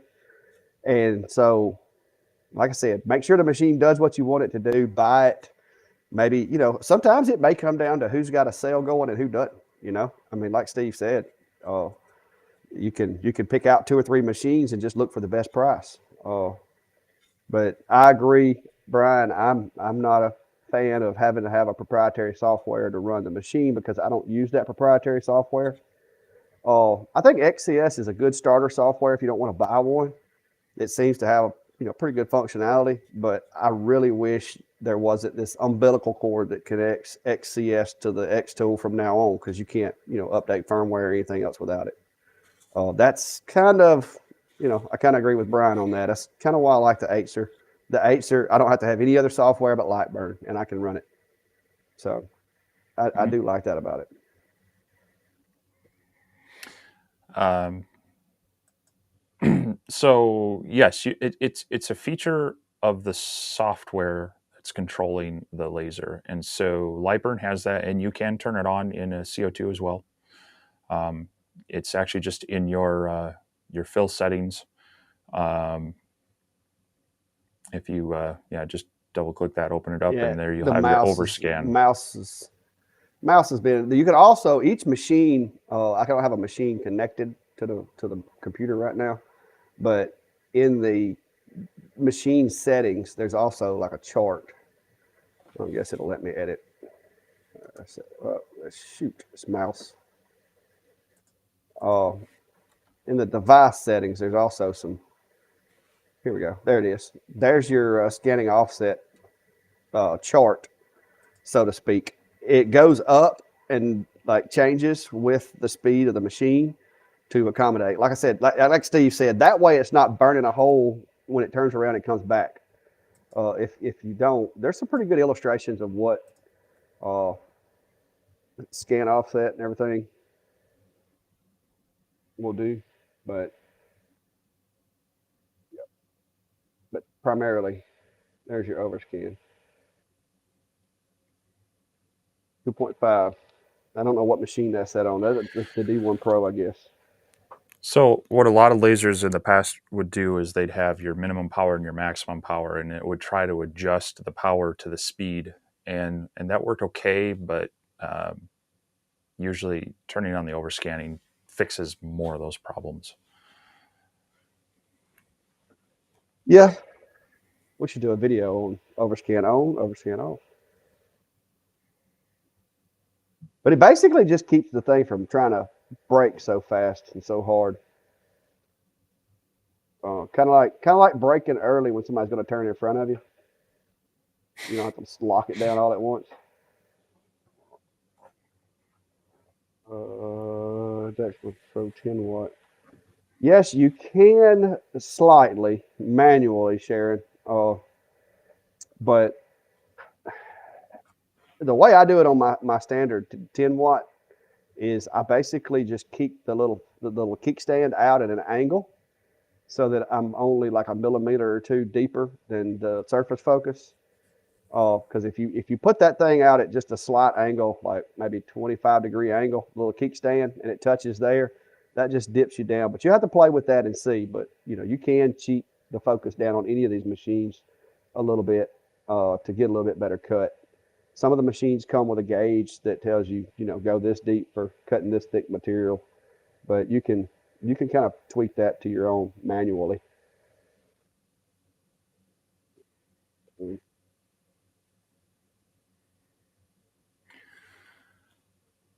Got fun guy. S9. But Yeah, you got the an sculpt. extra S9? Um, I've looked at the S10, the S30 5 watt, and I've got to build the S30 Pro Max, which is their 20 watt version of that. But yeah, SculptFun's been around for a while. They do make some really nice machines, and they do offer a lot of the parts that go from the S9 to the S10 to the S30. They use basically kind of the same base frame for the most part until you get into the 20 watt, and that uses a little beefier frame. But a lot of them are interchangeable, so you can kind of add the parts to it and kind of build your S9 up into an S10 or into an S30 as well. Um, so yeah, it's a nice machine to start out with. It's a good machine. Um, they Siri, what's have the a temperature? they have a that I know I'm not sure on the S9, but they have kind of an integrated air assist that's a little bit narrower. So I think less of the blow through. So the fans that are on top of the module to cool the laser module then push air through it down to the bottom. And on some of them, if you look at it and that have the bigger cone, um, some of that air that it's not a tight seal around that, and so some of that air can actually get into the cone, whereas the Scope Fun one is narrower, and that kind of avoid that. X-Tool one is close. I know some people actually add an O-ring at the top just to help prevent some of that as well. But this is just some of the little odds and ends you find out with some of these machines. Playing around with a lot of them, it's nice to be able to share some of those with it. But yeah, All right, I'm gonna go ahead. this is nice. Go So ahead. Troublemaker saying that with XES, there's the nice was literally burn his first project 20 minutes after starting up the X tool. And that is nice when they have a software that at least gets you started and working with it.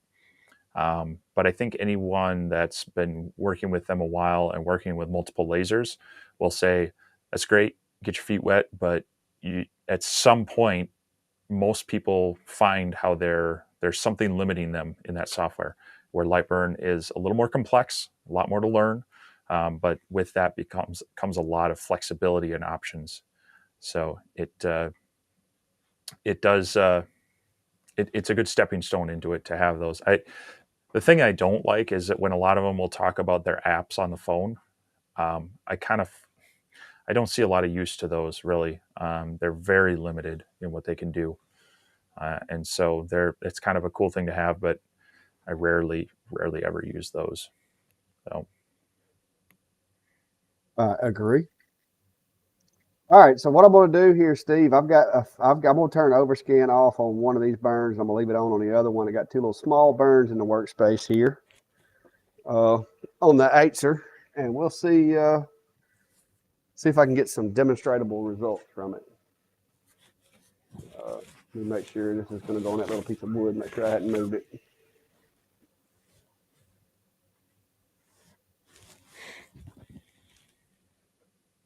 There we go. That will take about 2 minutes. There we are. I got the Acer over there churning that guy out. But that's going to be. I got one engraved that's going to be with over travel on or overscan. My bad. And then one with it off. But yeah, that's the beast at work over there, guys. yeah, Brian, the apps I'm talking about are the control apps for your laser, and you still need to be by it. Yeah, I agree with you. You should always be by your laser when it's running. Um, Things can happen fast, and just because you have a camera on it doesn't mean that you can take care of the problem that comes up. You could just watch the fire grow, which can happen really fast. But there are some of them that will have like an app to be able to like burn an image quick or put some text on something, and they're okay. But I find them more frustrating to use than just having, go find an inexpensive laptop that can run Lightburn, put it next to your laser, and run it that way. Far more control. But Yep.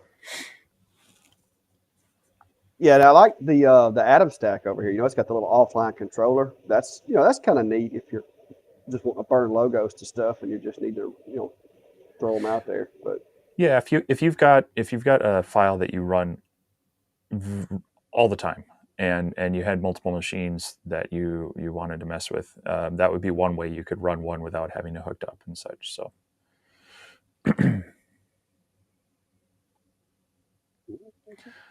Jack, I would agree with you. I ran Lightburn or RDWorks for a good year plus till I finally drank the Kool-Aid and tried out Lightburn. Um, and agree, yeah. You can import certain files, RD files, into Lightburn, which made it a little bit easier. But uh,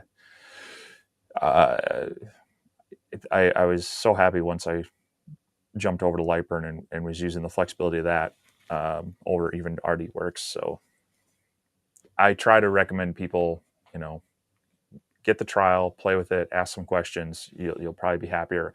But plus the fact that Lightburn is used on so many lasers. Now, if you get into some very high-end CO2s, they don't necessarily support it. and you get into some of the like the Glowforge and others, they don't support it, but 99% of the lasers out there right now that any of us as hobbyists, small business owners and such are going to get, it will work with. So you get a different laser, it's just about kind of tweaking your settings. All your files are still going to be there. You're going to be familiar with it. So Yeah, and you can also run, like I said, multiple machines with it. So mm-hmm. that's it's coming And along nicely over there. this is very much true. Lightburn is, for the price, especially these diodes. The G code version at $60 is a steal compared to most CNC cam software. That's those generally start around 400 on up. I mean, there's some free ones there as well, but you spend a lot of money on CNC control software. Oh yeah. Yeah, Jack, I've got it for GRBL and Ruida. I don't necessarily have to upgrade a Galvo yet. I'd love to have a reason to, and I will when it gets to that. But yeah, I wouldn't mind having a reason for the Galvo. I'd like to have me a fiber. Uh-oh, it's done. So looks like it's done over there. So go over and check that guy out. I'm going to show you. You can inspect the results, and we'll see what happens here. Ugh. Maybe a little too much air assist. Really not that noticeable with the Acer. I don't know why that is. But yeah, not really a whole lot of noticeable difference to me. What do you think, Steve? Any difference? It's hard to tell on here. Yeah, I notice it a lot when I'm having to be more exacting with my power. So like when running on like leatherette and such, and you're trying to get real fine details, smaller kerfs on letters and such. Or kerns, I should say, not kerfs. Oh, wait a minute. Yeah, I see it. I see it right here. That's where it is. Back it up. I don't know if y'all can see it. Can you see it? Right there. There's a. Hang on. Let me get a light. It burned a line right in the edge. I don't know if you can see it. See that line right there? I think that's worse. Now it's just blown out. It's really white. But yeah, normally you'll get that darker edge to it. There it is. There it is. You can see it right there on that line on the edge. See that one compared to the other one. Yeah, there you go. It's cut down in there. It's cut down in there a lot deeper. So yeah, that's what that's supposed to prevent, and it does. It prevented it on that piece. So there you go. Little testing for you there. Maybe you can see it better on this camera. But there's a burnt line right down the edge of it. On the off right here, it's like, I mean, you can see it really well. It almost cut the. Matter of fact, it did. Look at the back. That's what it prevents, Steve. Look at the back of the paper, the back of the wood. It almost cut completely through here, on the where it was turning around and going back the other way. Like it almost cut the material. So yeah, that's what it prevents.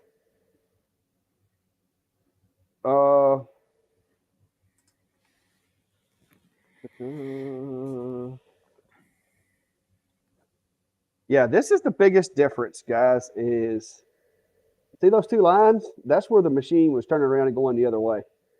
It didn't do that with it on. It only did it with it off. You can see right there. All right, look at the back of the wood. It cut a line. It cut a hole through it where it was turning around going back. So obvious difference there.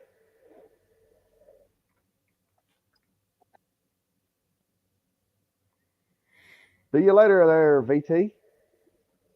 No, I haven't messed with the 1064.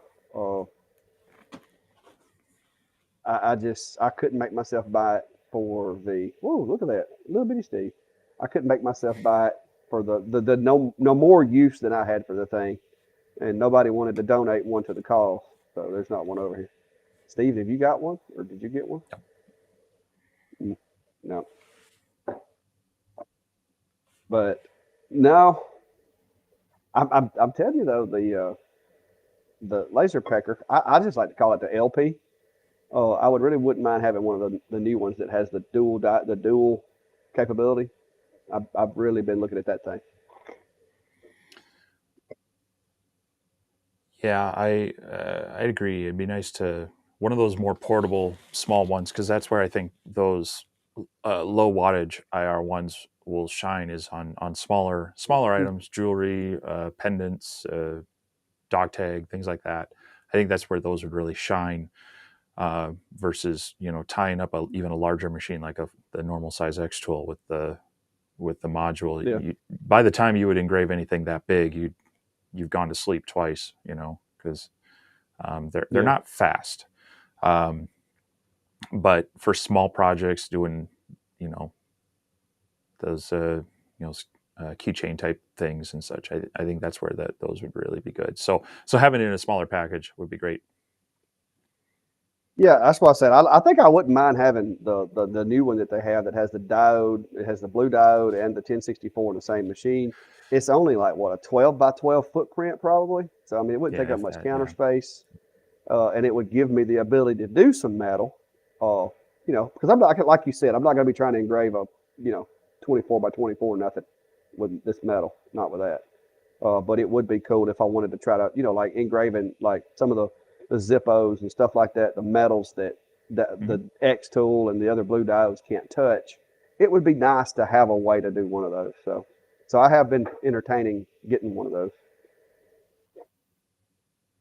Some other, miscellaneous stuff associated with my work, this metal that I wouldn't mind trying to engrave.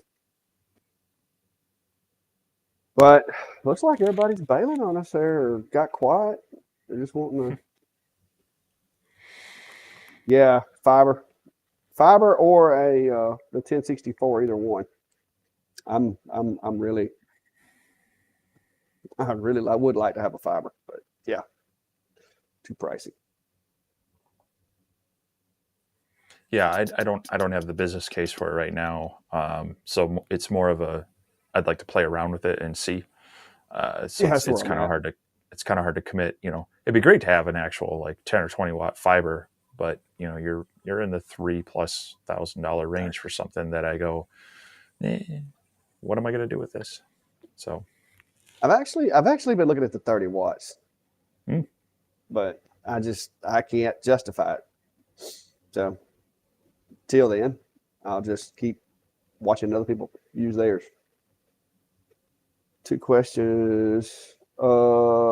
What was your question there, Jason? I saw something earlier. You were apologizing for asking me a bunch of questions already, which you're not the only one, Jason. Don't ever think you're the only person sending me messages asking questions. I get, I don't know, 20 or so a day.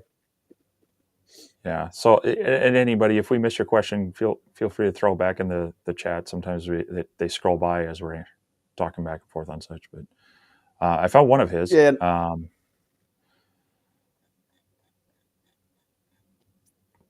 legs to. Yeah, well, yeah, I made it for myself originally, guys. That's how most of my stuff ended up on Etsy to start with. And but yeah, I've got some little spacers basically that you can cut out of wood. You can use it to hold the honeycomb in place and elevate the machine a little bit. I made them for the X tool, but I haven't. The Acer, I've got my jig kit, but I haven't really done anything for honeycombs with it because I don't think Acer themselves sell a honeycomb with the machine, do they, Steve? Or have I just missed it? I haven't even I seen an honestly Acer honeycomb. I haven't looked, and I'm not sure they do. They have their Yeah, enclosure, um, but I'd have to go and see. yeah. But see, that's the problem with the X tool. It was easy because at the time, everybody was buying the X tool honeycomb with the X tool. Uh, but then I had some other people that had different honeycombs, and you know, I can't necessarily accommodate every single honeycomb shape on the market. I did a couple of more popular ones, but that was it. Uh, the Acer feet. What what feet is he talking about? There's not any rubber on my Acer that I'm aware of. Rubber like material. Oh no, that stuff comes off. He talking about that little. He talking about the little rubber pads. Yeah, those come off. I built the jig for it, and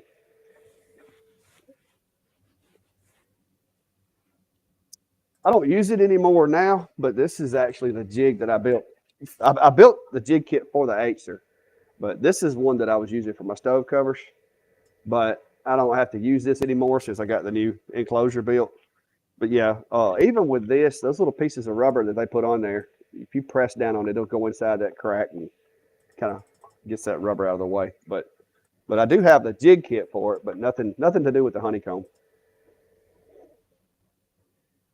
But I've Okay. got my jigs built in there. Acer does have a 500. Well, they do have a couple honeycombs. Do they? So yeah, it looks like a 300 square, 400 square, and a 500 square millimeters. So Yeah. The 500 sometimes they're square not would great at. work with the He's also asking what material you make. Do you use for your jigs? Nuon 4.5 millimeter plywood. Almost the same stuff that you tested the other day. You did a video on testing some of it, didn't you? Underlayment. Uh, I used it. I used it. Yeah, in one of the videos and such. I've been collecting some variety of plywoods to try to do a material test video. Thank you, there, troublemaker. Yeah, well, it works good for the X tool stuff, and the jig kit works on any of the machines. The only issue is I can't accommodate every honeycomb on the market. But I use mine. I use them to do all kinds of stuff. This guy comes in handy too when you're doing like large things. You can make a jig like I did with this, where it's an actual. This hooks over the stove cover, and then you just set the machine on there, and it lines everything up for you. Oh, 5 days. So Barney was asking, is there a way to change the power speed after a job is started on X-Tool 20? The only thing you would be able to do is if you can track where you're at in the job, you can stop it and then you can go into the preview. You can change your settings, go into the preview on Lightburn, and I believe you can choose where to start from. So that would be the closest analog to that as far as you could change your settings for the rest of the job, but then it's not going to fix what you've already done, and whatever you've already done is going to be different than the freshly burned stuff. So yeah, unfortunately, you can't really change those settings on the fly. That's something that in the CNC world, yeah, you can. In most controllers, allow you to adjust your feed and your speed rate and such. Not all of them, but they can. But that's with the lasers, they're kind of streaming. They package up the file and they start streaming to the machine, and it doesn't take any changes into account after that. Yeah, no, you can actually delete the job out of the workspace usually, and it's still going to burn.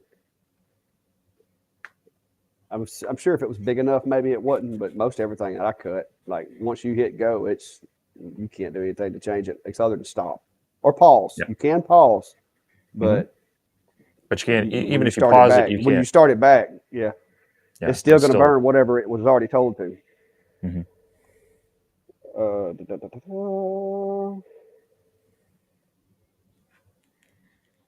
Appreciate the test. Taking it very quietly listening. Yeah, speaking of quietly listening, Kathy, I don't know if Steve, are you even aware that they started doing podcasts on YouTube now? They've got it where you can actually have podcasts. I I saw that. converted Yes. our Sunday night. I converted our Sunday night lives to a podcast.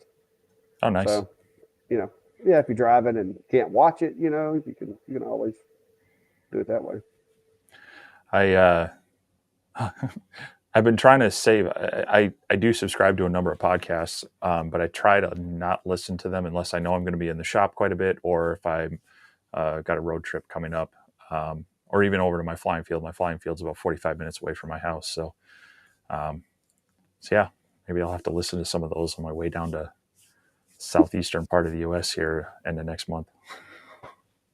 Yeah, like I said, I was like, I don't really want to do another like podcast or nothing, but I figure, I mean, because most of what we do is talk anyway. The few things that we actually show or demonstrate, at least, you know, people just have to get mad about that, I guess. Well, Brian, The thing is the podcast is basically going to be this video in the form of a podcast, so people will actually, they'll still hear me read your comments. Brian's always in here to stir up something. I'm surprised he hasn't like complimented Steve's shirt or something tonight, but he hadn't. Appreciate it there, Barney. Like I said, we appreciate it. I know Steve does, and I do. We really, when we first started doing this, we were expecting just to basically be me and him talking about lasers for a while. So the participation and the fact that we're getting as many people as we are, I think that's pretty awesome. Um, I know not everybody can be here Sunday night. I've had one of those jobs where I work nights, and Steve has too. And so I know a lot of people have to watch it on the replay or whatever, and we would love to mix it up and change it, but consistency is kind of important when it comes to stuff like this, in my opinion. But later on, if we may have some other nights that we do something, especially if we keep getting synced up with these new machines, because we've actually gotten synced up pretty good. Because don't you said you've got you a ASMR coming too, right? The P1, the 10 watt Yeah. that thinks it's a 20 watt. Yeah. Might have it as early as Tuesday. So that one's en route. But yeah, and I think yeah, I agree. Doing these consistently on a Sunday evening works for us really well, and it's something predictable people can plan on. But I think uh, as the weather warms up and I can spend more time out in my real shop, maybe we'll have to spin up some more of these kind of just random testing sessions, or come hang out while we're working on whatever kind of thing, and we'll play around with that a little bit more. And those might be more not necessarily sporadic, but spontaneous. So, Oh yeah, yeah, Brian. One thing about it, nobody will know that my video was blurry on the podcast. That's a benefit that I didn't think of. But I think I fixed that, didn't I? I mean, it's been good. It's been good. I sure hope I have. It cost me. It hurt. Renting the trencher and buying the cable and everything definitely, it definitely hurt a little bit. So, here's a question. You probably haven't experienced this yet. So with the chuck rotaries, you have to get used to measuring the circumference / diameter of the object, because that's going to affect how the laser calculates the number of steps to move to actually make an inch square. Mm-hmm. So they send a handy dandy flexible ruler with it. But we're talking about objects that are to fit in the laser about that long. Why do they have to send one that is 60 inches long? You're going to need some scissors for that, Steve. It's 150 centimeters. This is just excessive. But yeah, this is a very handy tool they actually send with them, because you need to wrap it around your object to measure it to get your calculations right. But every single one I've gotten, you get this long, dangly ruler. Or you could use the tool in Lightburn. It tells you can put the diameter in there, and it'll give you the circumference. Well, yeah, but you got to measure it either way. Yeah. So. Yeah. But yeah, maybe they were wanting you to, like, I don't know, measure your waist with that or something. I don't know. No, we're not going there. I mean, I don't know. I don't know why they would send you one that was 6 foot long. I mean, what size tumbler? I mean, what size rotary is this? I mean, are we going to be putting 55-gallon drums in it or what? If you can, more power to you. That would make a good video if you could rotary engrave a 55-gallon drum, Steve. Well, so I know you. I think you could do it. I know you're excited to get your rotary because you want to engrave bats, right? Well, mm-hmm. I think I'm going to beat you to it. What? That's not a bat. That's like a, what is that, for a mouse? It's a bat. Oh, you're doing a scaled version, right? Is this a scaled version? I saw these and I thought it would be really cool to test out the quality of trying to replicate, the Louisville Slugger or whatever, make that small logo on one of these. Yeah, I will say this though: if you engrave that with like a kid's name and put their jersey number on there, there actually might be a market for those among the little league fields there. Oh yeah, yeah, I'm sure. I mean, because that would be kind of neat. You need to make a bat holder to go with it too. Mhm. Cut it out of some plywood and have it where you can set it on like Yeah, a trophy shelf. yeah. You just cut out then a little jersey with their number and their name on it. Yeah, you got a nice Yeah, little see, little league there you gift. go. So, but Where'd you get yeah, those? no. You got a link? Back when I did the RA2 demo, I actually was trying to figure out like how small can I get this to engrave, and actually went down to a round toothpick and was able to just engrave like test on it. And so maybe surprised how That's well cool. the these dialed lasers can get some of that fine detail in. So Yeah, Jack says you can drill a hole in it and make a keychain. I mean, It'd be. sure, it's about 6 inches, so it'd be Let's say you wouldn't have to worry about losing your keys. no, and you could bop someone in the face with it, I guess. So violent. Hey, it's called personal Oh. space. Back up. Yeah, but if I can get this, which like I said, I do have tracking certification that I do have the Acer rotary coming, and with the current setup, I can fit 37 inches worth of material in there. And from my research, because I'm not a baseball fan, but from my research, that should accommodate a normal sized bat. So hopefully it will, because I do want to do Well, I some baseball mean, bats. I've got a company that asked me about it. you're yeah, but you're not going to engrave the whole 30 some inches of the bat. You just need to make sure it fits in your enclosure. So Yeah, I just need it to sit on top of my honeycomb on the rotary. That's all I need. yeah, yep, yep. Who's running their machine right now? Business cards for a client here. I was running mine, Troublemaker. Y'all seen that, but it's sitting over there idle right now. I need to go cut it off. I've got the noise filter on, so maybe y'all can't hear it. But yeah, I want to do the baseball bats. And another thing that I want to do, Steve, and this is something you may not know nothing about up there where you are, but around here, a lot of people like these walking sticks, like for hiking and stuff like that. Just not people that have disabilities or nothing. Just for like when you go Mhm. out hiking or when you're walking down the side of the road, you have that in case a dog comes at you or whatever. And so I like making those things. I like going through the woods and finding trees that have vines twisted around them and, cutting those and, getting the bark off of them, shining them up. And I made one and my daughter took it because she liked it. And she used it when she goes walking or whatever. But I want to be able to engrave stuff like that too. So it's not just the bats, but most of your walking sticks are going to be around 3 foot ish.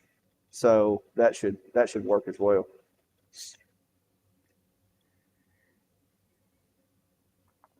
Uh,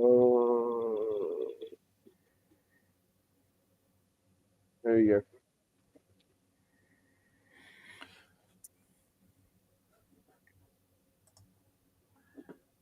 So you can you should just be able to do your library on your window. There's a save as button, and that should create a basically a backup of your library as is.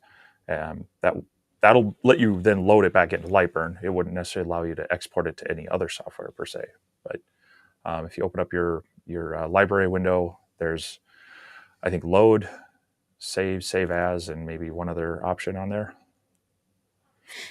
Yeah, when you go up here, Yeah, down on the bottom there, you got you should have. yeah, you've got new, you've got load, unload, import, and then you can import. But what you if you wanted to back these up, the first thing you're going to need to do is figure out what directory they're in. And the easiest way to do that is to like act like you're going to create a new one, and it's going to show you the directory where those are being saved. Well, no, this one didn't. Never mind. Disregard that. I saved mine on a network drive. Oh, I don't know where. It depends on where you're saving your library. Just go into that folder, and you can copy those things and set a software to back them up to a different location. But I don't save any on my local machine. I thought it would. Yeah, I thought it would default to my location, but it doesn't. It's a load. What I'm thinking about. It's going all the way off into my files. Yeah, and I misspoke. I was thinking of your material library. That one has the save option, but Yeah. the library, yeah, I think that is just importing from wherever you have it saved. Correct?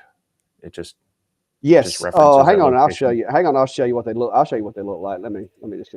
But yes, you have to select where to save your libraries. Ooh, Lord. Okay, this mouse gets a little weird up here. All right, so I use a network drive for mine. Uh, Scroll down here. Mouse is a little slow to respond. So this is a network drive that's actually in the house, and so I have all of my stuff is on here. So if I go to laser files, this folder contains all of my libraries. So this is what they'll look like. It'll be a LB art file. It's basically library art file. And so you could actually, if you had a thumb drive or if you had a little, auto sync software, or you wanted to set this to sync with your OneDrive or whatever, you can actually right click on it and, you know, like I don't think this one doesn't have I don't have OneDrive on here up and going. So, but you can actually add that folder to your OneDrive, or you could just download it to a thumb drive, SD card, removable media, and put it in a safe place if that's what you wanted to do. But I've got mine on a network drive, and when I go to events, I copy it over to my machine's local drive and just operate off of that copy until I get back home. I have a sync software on the machine that I use all the time over here that syncs it to a folder, but I don't have it on this laptop here. Yeah, well, Jeff, it's not a NAS. It's a hard drive that is connected to my gateway. It's a like a 7 terabyte or 5 terabyte. Just a little passport drive. My gateway has a plug in the back of it that you can plug a USB drive into, set up file shares, and do it that way. But it serves the same principle as a NAS. It's just kind of two pieces. It's not a part of the network device. It just plugs into it. So I set up most of my files for my laser and such on Google Drive, and then that synchronizes between the 3 or 4 computers that I have set up with that, and then I can also Mm-hmm. access it online from a new computer if I need to. So that's kind of works as my backing it up to local devices as well as having it available in the cloud, and that works pretty well for me. Yeah, like I said, OneDrive or Google Drive or what's Apple's cloud, iCloud. Yeah, Any of yeah, those, iCloud. any of those would work. Hmm. My Dropbox Google is another Drive one. stays So, full. my Mine stays full. I can't do that. well, when I Hang was on. looking, when I was running out of space on some of the free ones, I was looking at what was had the best features and was cheapest. So I went with the Google storage for mine. Yeah, I just got a backup utility, like I said. But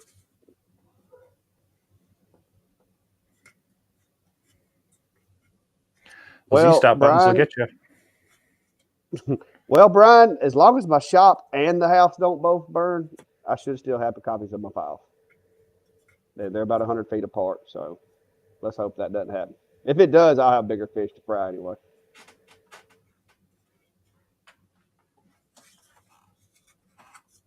But I technically could put a NAS out here now. I have my little AV or my little server room over there above the door now.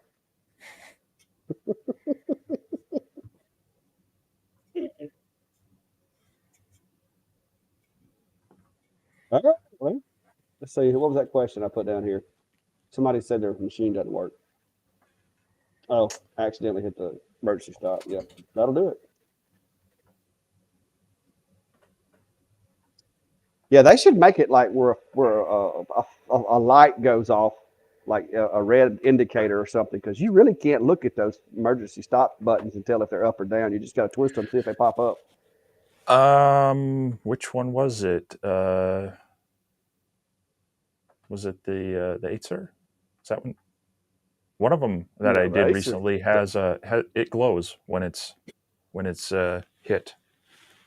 trying to remember which machine I I can looked test at that. recently. Oh, it is the 8th. Yeah, It is the so that 8th. glows. Yeah. That glows a little bit on there. Yeah, it's nice when that's a feature there. The Yeah, the 8th does turn Ortour red. the Ortour has a multicolor power button, and when that's hit, that'll start flashing red on the Laser Master 3. So a few of them do give you some feedback on that. One of them I had, it just started screaming at you, which is really annoying. Yeah, the most every machine I've got recently has had one of those e-stop buttons. I guess that's catching on. It's a, I think it should be standard. It really should. It's the first thing Oh you yeah, hit when you have a problem. So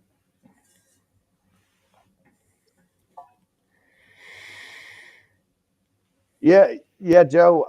But this is not a NAS as far as this task built network addressable storage or whatever. This is a modem with a USB port. Or not really a modem. It's a router. well, it's technically network attached storage then. Well, yeah, but it's not a you can't like go Google, it's not a NAS. So as like the ones that I use at work, where it's got Ethernet ports on the drive itself and RAIDs and all that. This Sure. is just it's, you could literally plug a thumb drive in the back of it. Yep. Yeah. Well, and you could plug 3 thumb drives into a computer and rate them, and then have it be network attached storage. Okay. If you put the two pieces of equipment together, yes, it makes it into a NAS. But separately, it is a router and a hard drive. So that's what I mean. It's not like one piece does it all. It's not it's not a task built thing. It's engineered, little redneck engineered. I had an extra passport drive laying around. There was a port there. Just had to set up some file sharing. I have a wife. I do not want a machine that screams at me. Mm. So with spring officially here, are you looking at any more doing more like craft show type things this year, getting out with the community and doing some of those things? You talking about me? Yeah. Yeah. Yes, every week, the month of June, every weekend, and I've had to get my buddy Klein to volunteer to help me because it was a bit more than I could handle. Every weekend of June, we have an event downtown that I'm going to be at, and the end of June they have the Peach Jam, which is this big concert, uh, like like all kinds of vendors and all that. And so I plan on I've had to work the event the past 15 years. Uh, and I was always the guy that was kind of, coordinating everything. But I have managed this year to get it to where I don't have to work the event. And I have been assured that I can take off and do my Clack Shack stuff. So I'm planning on going to it and setting up. I know May May is going to be there, and some of the other channels possibly in my area are going to be there.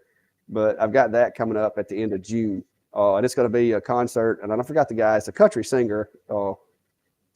I can't remember his name, but he's going to be there. It's going to be a big concert, and they have all these storages, all these vendors set up. And then in September, myself and a bunch of other folks are going to be at an outing at Pedals from the Past in Jemison, which is just a few minutes from here. And then there's probably 2 or 3 other small events between now and then that I'll be out participating in. But yeah, I'm always, if they have something around here, I'm usually there. And there's a lot of events. Now I may not be selling or may not be set up operating, but I'll be there. If nothing else, just for the channel.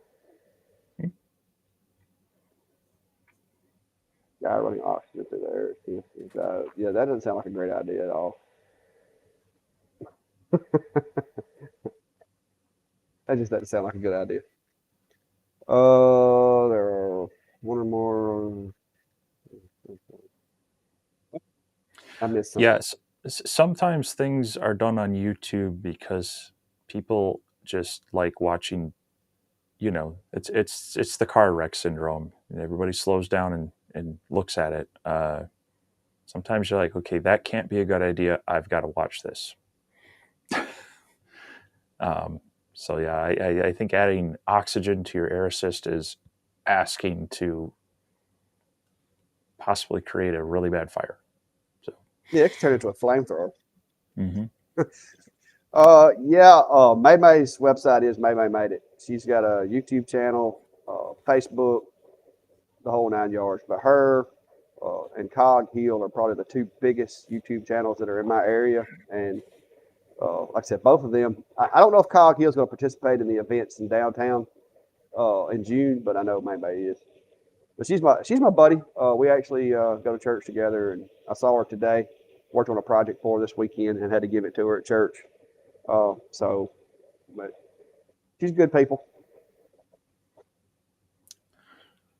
Cat videos and crazy. Hey, Fluffy says she resents the cat video comment.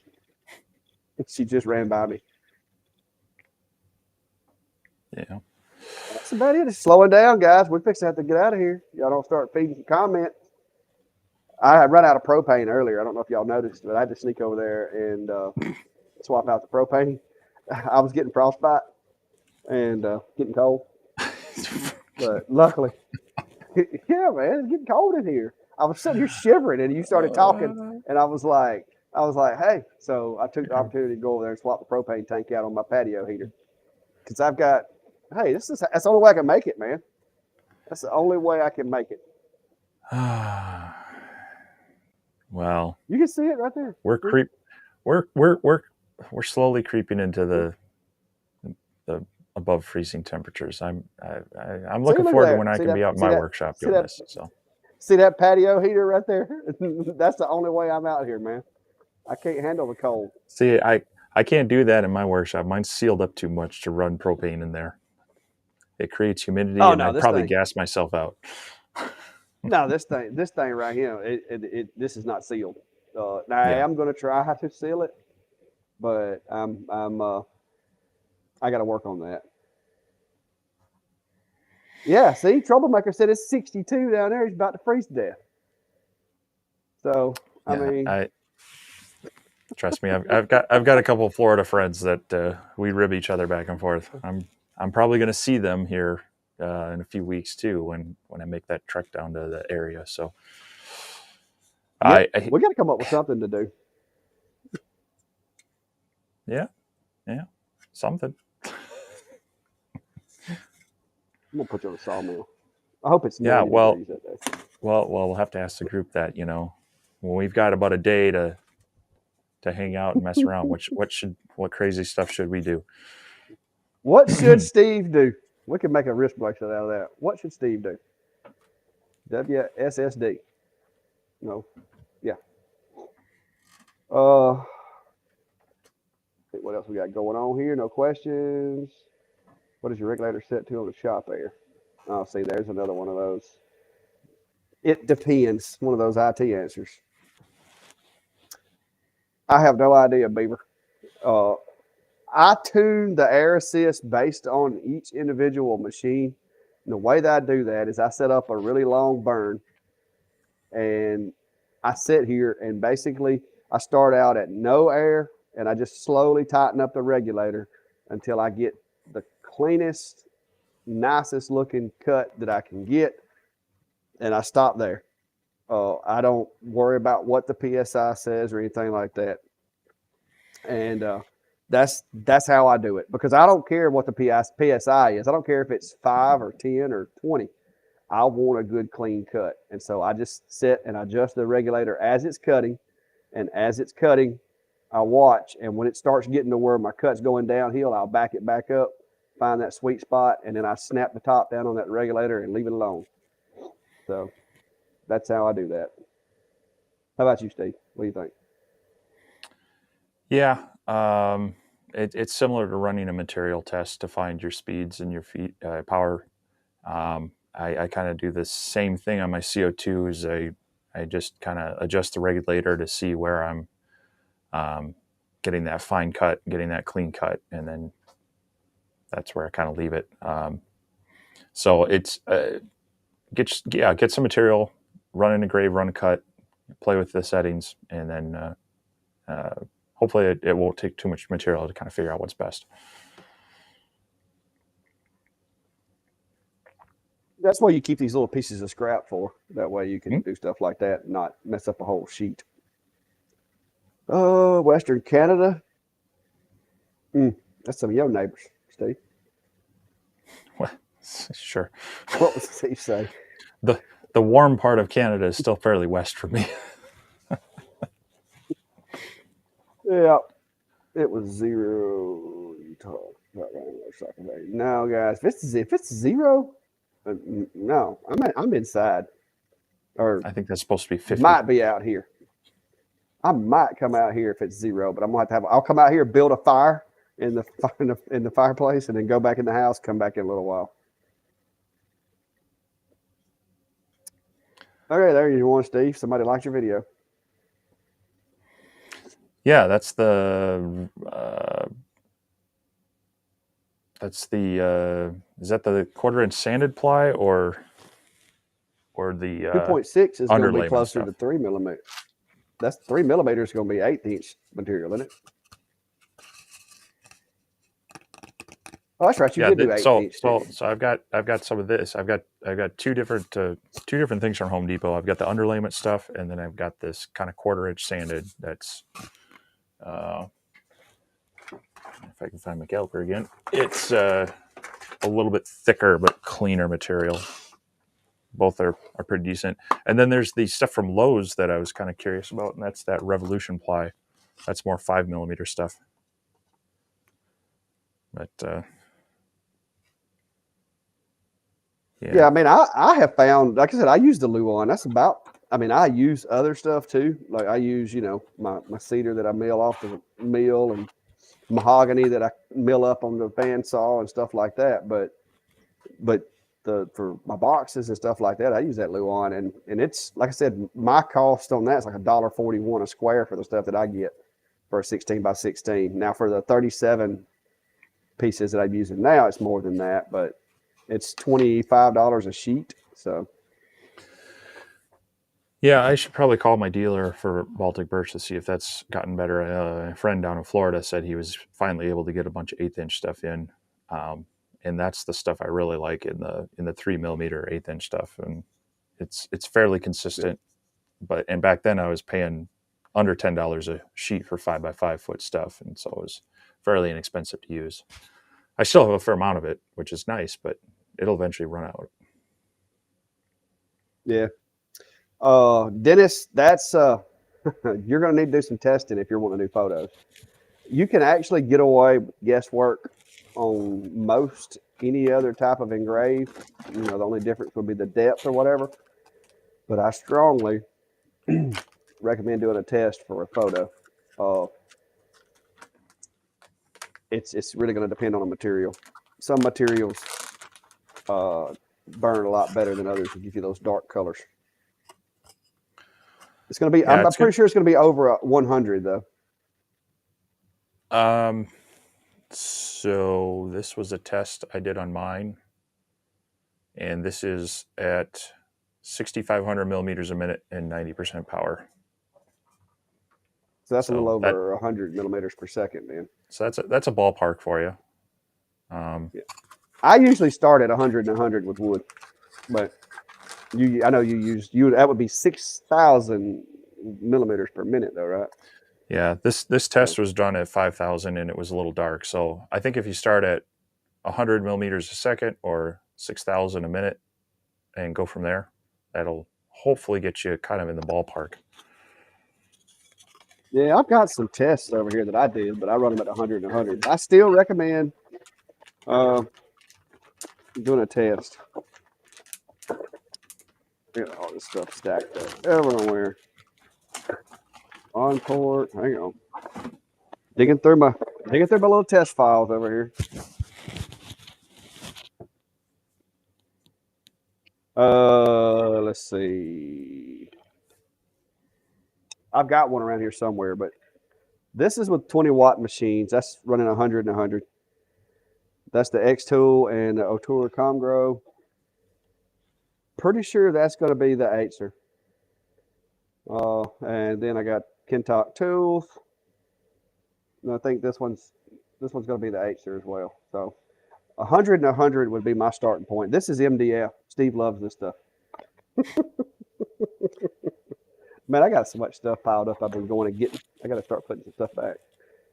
But yeah, let's see. I cannot start my laser. Quarter 00 using Excel. Huh?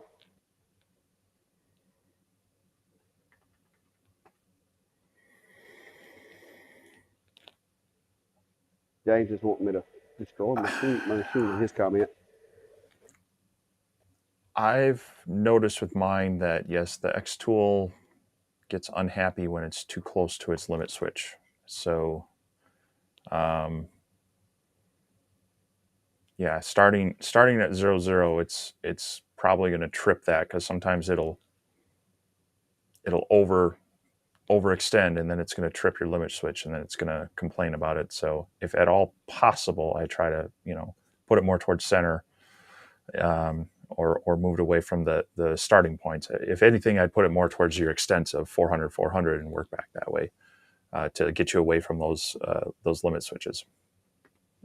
So if you have any wiggle room that way, try that. Because those are inductive ones, so they're not mechanical. So occasionally they'll trigger early if they're acting up. They're usually pretty accurate, but. Well, the red crosshair too has got the offset for framing. So if the red crosshair technically can't get to 00, it can only get to 16.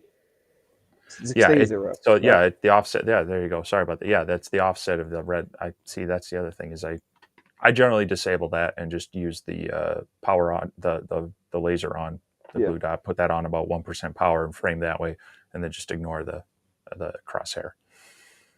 Yeah, if you'll switch over to Darren, if you'll switch over to using the blue dot to frame with, you won't have to worry about that because with the X tool, just like Steve said, you always want to push, because you got to remember when you frame something, that frame is going to be 16 millimeters from where the actual laser head is going, and so it can actually cause you to have a wall collision because it's having to move over to put the laser where the crosshair was.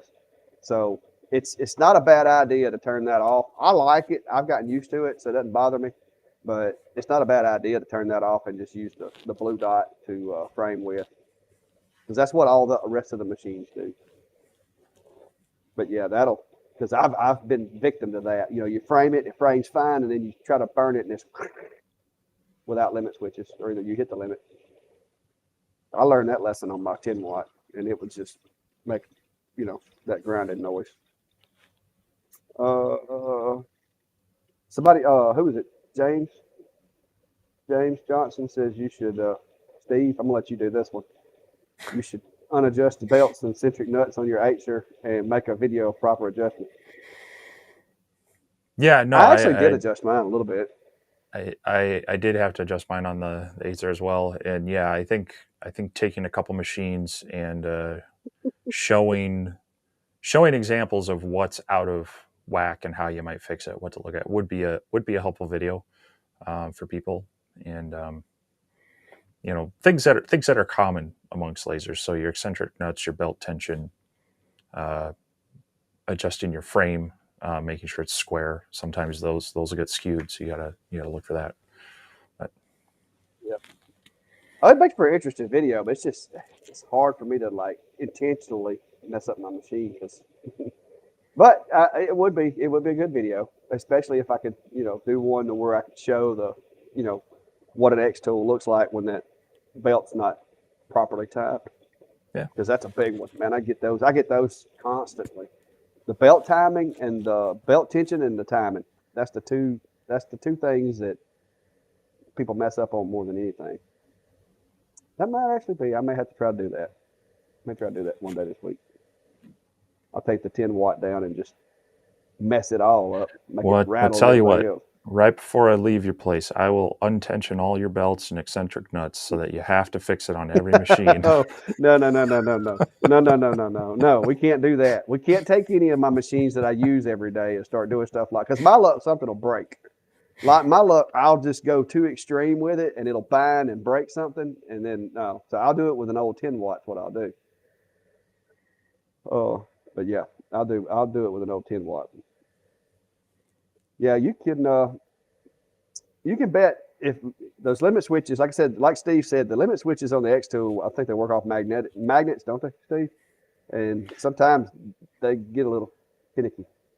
So that yeah, they're inductive sensors. So they're sensing the metal when it hits a certain spot, and they're generally um, pretty accurate.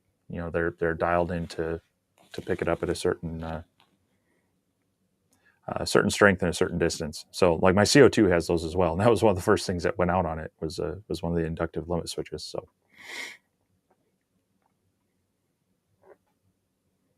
Yep.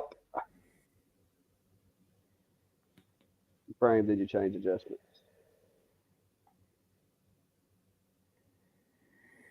Yeah, I don't know what. I missed that one. Oh, I think me and you clicked the exact same thing at the same time. Hang on, I got you. All right, science guy, that's yours.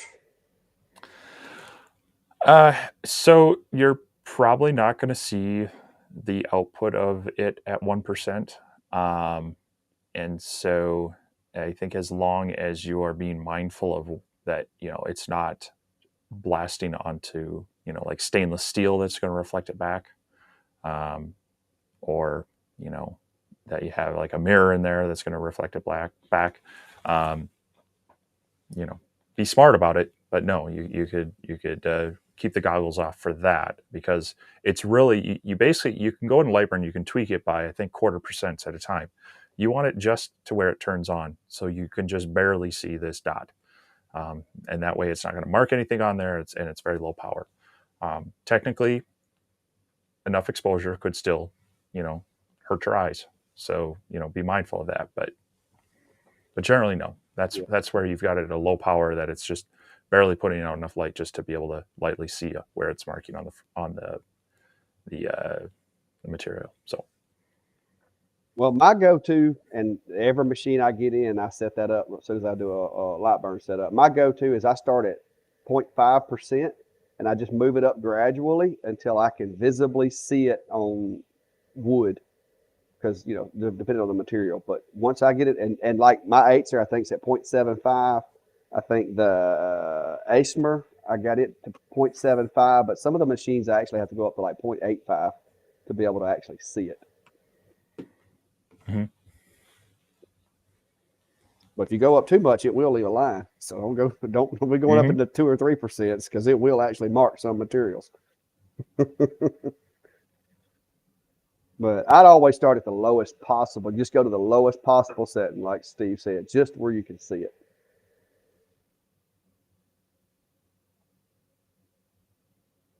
Brian, pretty much if I'm looking at my machine, I've either got my glasses on or I got the door shut on the enclosure. I wear them like safety glasses when I'm doing woodworking, so it's not really that big of a deal for me. Now I can say I have framed and not had them on, but like I said, I'm running the lowest possible threshold, and like Steve said, I'm not framing on reflective materials. It's wood, but I take shields off all of them. I can't. They get in the way. Mm, there you go. There's your one.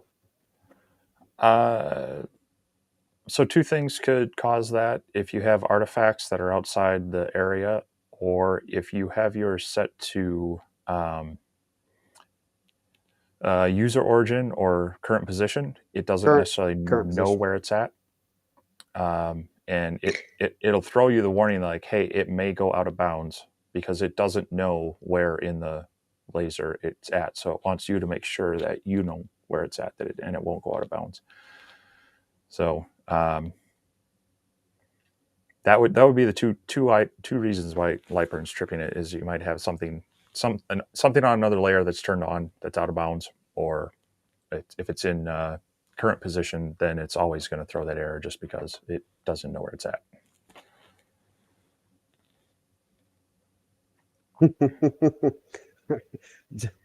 James says do it on the Acer, so he knows how to do it right. That's my workhorse right now. It's usually burning stuff. I can't get my hands in there to do it. You just need to get Oh, a second one then. well, that may, you know, there's a rumor, but I'll definitely go over some of the pitfalls. Uh, but those nuts, I really don't know for sure if I'm doing it the right way. Mine work. Mine don't make any noises. But you just want to kind of, if that thing's real hard to move, if you'll look at the way that nut sits in there, you don't want it pushing too hard against one side or the other. You want it at kind of that sweet spot in the middle to where it's equal pressure on the like track that it runs in. And it didn't take me but maybe like a couple of quarter turns to get mine adjusted right. Well, mine was tight when I got it out of the box though. So, um, so yeah, I mean, the eccentric nut basically is moving that wheel up and down closer to the rail and further away. And this would be really easy to demonstrate on the CNC machine I'm selling, actually, because they're more exposed. And as you move it, as you turn the eccentric nut, it's going to move it up to a point, and then it's going to move it away. Really, what you want is if the wheel is free spinning, you want to adjust it so it brings it up closer to the rail, just to the point where it um, grabs the rail and doesn't spin. If you push it too tight, now it's putting pressure on that rail, and it's gonna start to bind. If you so you want to have it just where you can't move that wheel by hand, but it's not pushing any harder than that. And so yeah, it's usually just a eighth to a quarter turn should be all the difference that you want to adjust that. Over time, more so on like the CNC routers that move around a lot more and get a lot more dust in there. Those wheels will wear down over time, and that's where you might need to adjust it later, um, or even replace them. On my old open builds ox, I used to have to.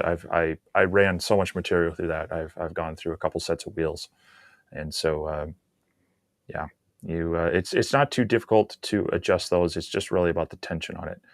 The bigger one that can have a big impact on your cut is the belt tension, and making sure that gantry is moving parallel and square. So that would probably be the bigger one to make sure that's adjusted properly if you're getting uh, kind of weird shaped cutouts and such. Usually that's indicative that your belts are kind of loose or too tight. There's one that's really really well exposed. If I can get my camera to show it, there's one right there. But you can see the nut,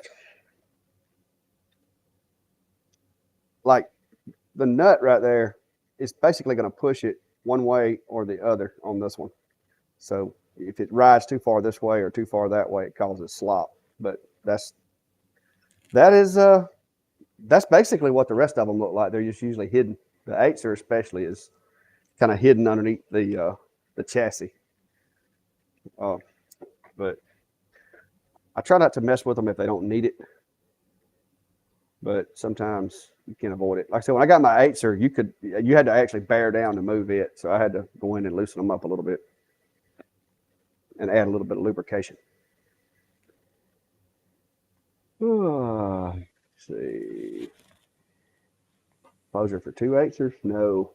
No, I don't got no more room for a big enclosure. That's about that's about it for me too, Mike. It's getting late. Steve's gonna keep me up too late, and I'm gonna get in trouble. Last thoughts, questions, comments, concerns. Where's Brian at? No, That Brian, Brian's still in I'm here. not selling the 150. That one I'm keeping. I'm selling the older the old Orphan builds one. So Now, troublemaker, I appreciate it, but I don't really want to dissect one of my machines to put it on there. That was another big problem that I had with using that little device. But But no, I started to order one when they first came out, but the more and more I thought about it, tried to figure out where it would fit in my workflow, it just didn't. It didn't fit. It didn't make sense for the expense. Yeah, I need my beauty sleep. Man, I'm like 47 years behind on that. Uh, over the years, I've got quite a deficit going on my beauty sleep. He says Steve be looking sweet tonight, though. Oh, I'll tell you. I think you pay Brian. Do you like pay Brian? You like send him no, a check? He comes in can't here and afford that. compliments you, No, I, st- roast me I all the still, time. I got 3 teenage boys in the house. I can't even afford to feed them. So, Yeah, I hear you. All right, guys. Well, like I said, if you hadn't already, unless Steve's got something he wants to go over, I think I'm about ready to call it. My feet's getting cold. Steve does send all this cold weather down here. I thought it was summer and it ain't. But see, you were bragging too there much it about it. is. That's all it was. Yeah, see that? Yeah. Look, Steve. They want to know what products you use for your beard. It's called soap and shampoo. Uh, Steve's got that. He's got that Russian thick beard going. See, I got this. I got this trailer park. This trailer park beard here. That's all. That's all I can grow. Yeah, well, I keep threatening But to shave it someday, and my wife's like, nope. So, yeah, but I'm yeah, not threatening to shave mine. My wife will call me on it. I got to, yeah, I'm gonna have to go too. I got a presentation to do at work tomorrow for kind of a general, like a state of the technology union update for the entire campus. I got to do so. You gonna be I live? better You not gonna be be too live tired for streaming that. that? You gonna be No, that's live gonna be streaming so. that? That'd be so boring. The State of the Union with Steve. Yeah, yeah. It's I got to give a state of the network. technology update to the college for everybody at our big employee wide Cool. meeting thing. So yeah, I hear you, I Jack. better get some rest. Jack said he's got one of these too. So hey, I'm 47 years old, and I literally just got it to where I could connect this thing. I used to only grow a goatee, and it wasn't because I didn't want a full beard. It was because I didn't have anything between the goatee and the lamb chops. There was a big hole there. So, but that's just genetics. Steve's got that Siberian warrior beard. Hey, this is insulation in the winter, man. That's what I said. I mean, that's why these Russian guys, they always have like really full hair and like extensive. Us people in Alabama, we don't have a need for all that hair. It just makes us hot. So I'm like, eighth generation Alabamian. So all You right, know it's guys. bad But when if you you're out hadn't already, shoveling, and you know it's bad when you're out shoveling and clearing snow, and you look in a mirror and it's half frosted over, icicles dripping from it. yeah, I'll that's have you what. come up and Yeah, enjoy that. Steve. He says Steve's got a Viking beard. That's what we need to do. My next thumbnail, I'm gonna have Steve with a Viking helmet on, and yeah, that would be Yeah. fun. I'm gonna have some fun with a thumbnail.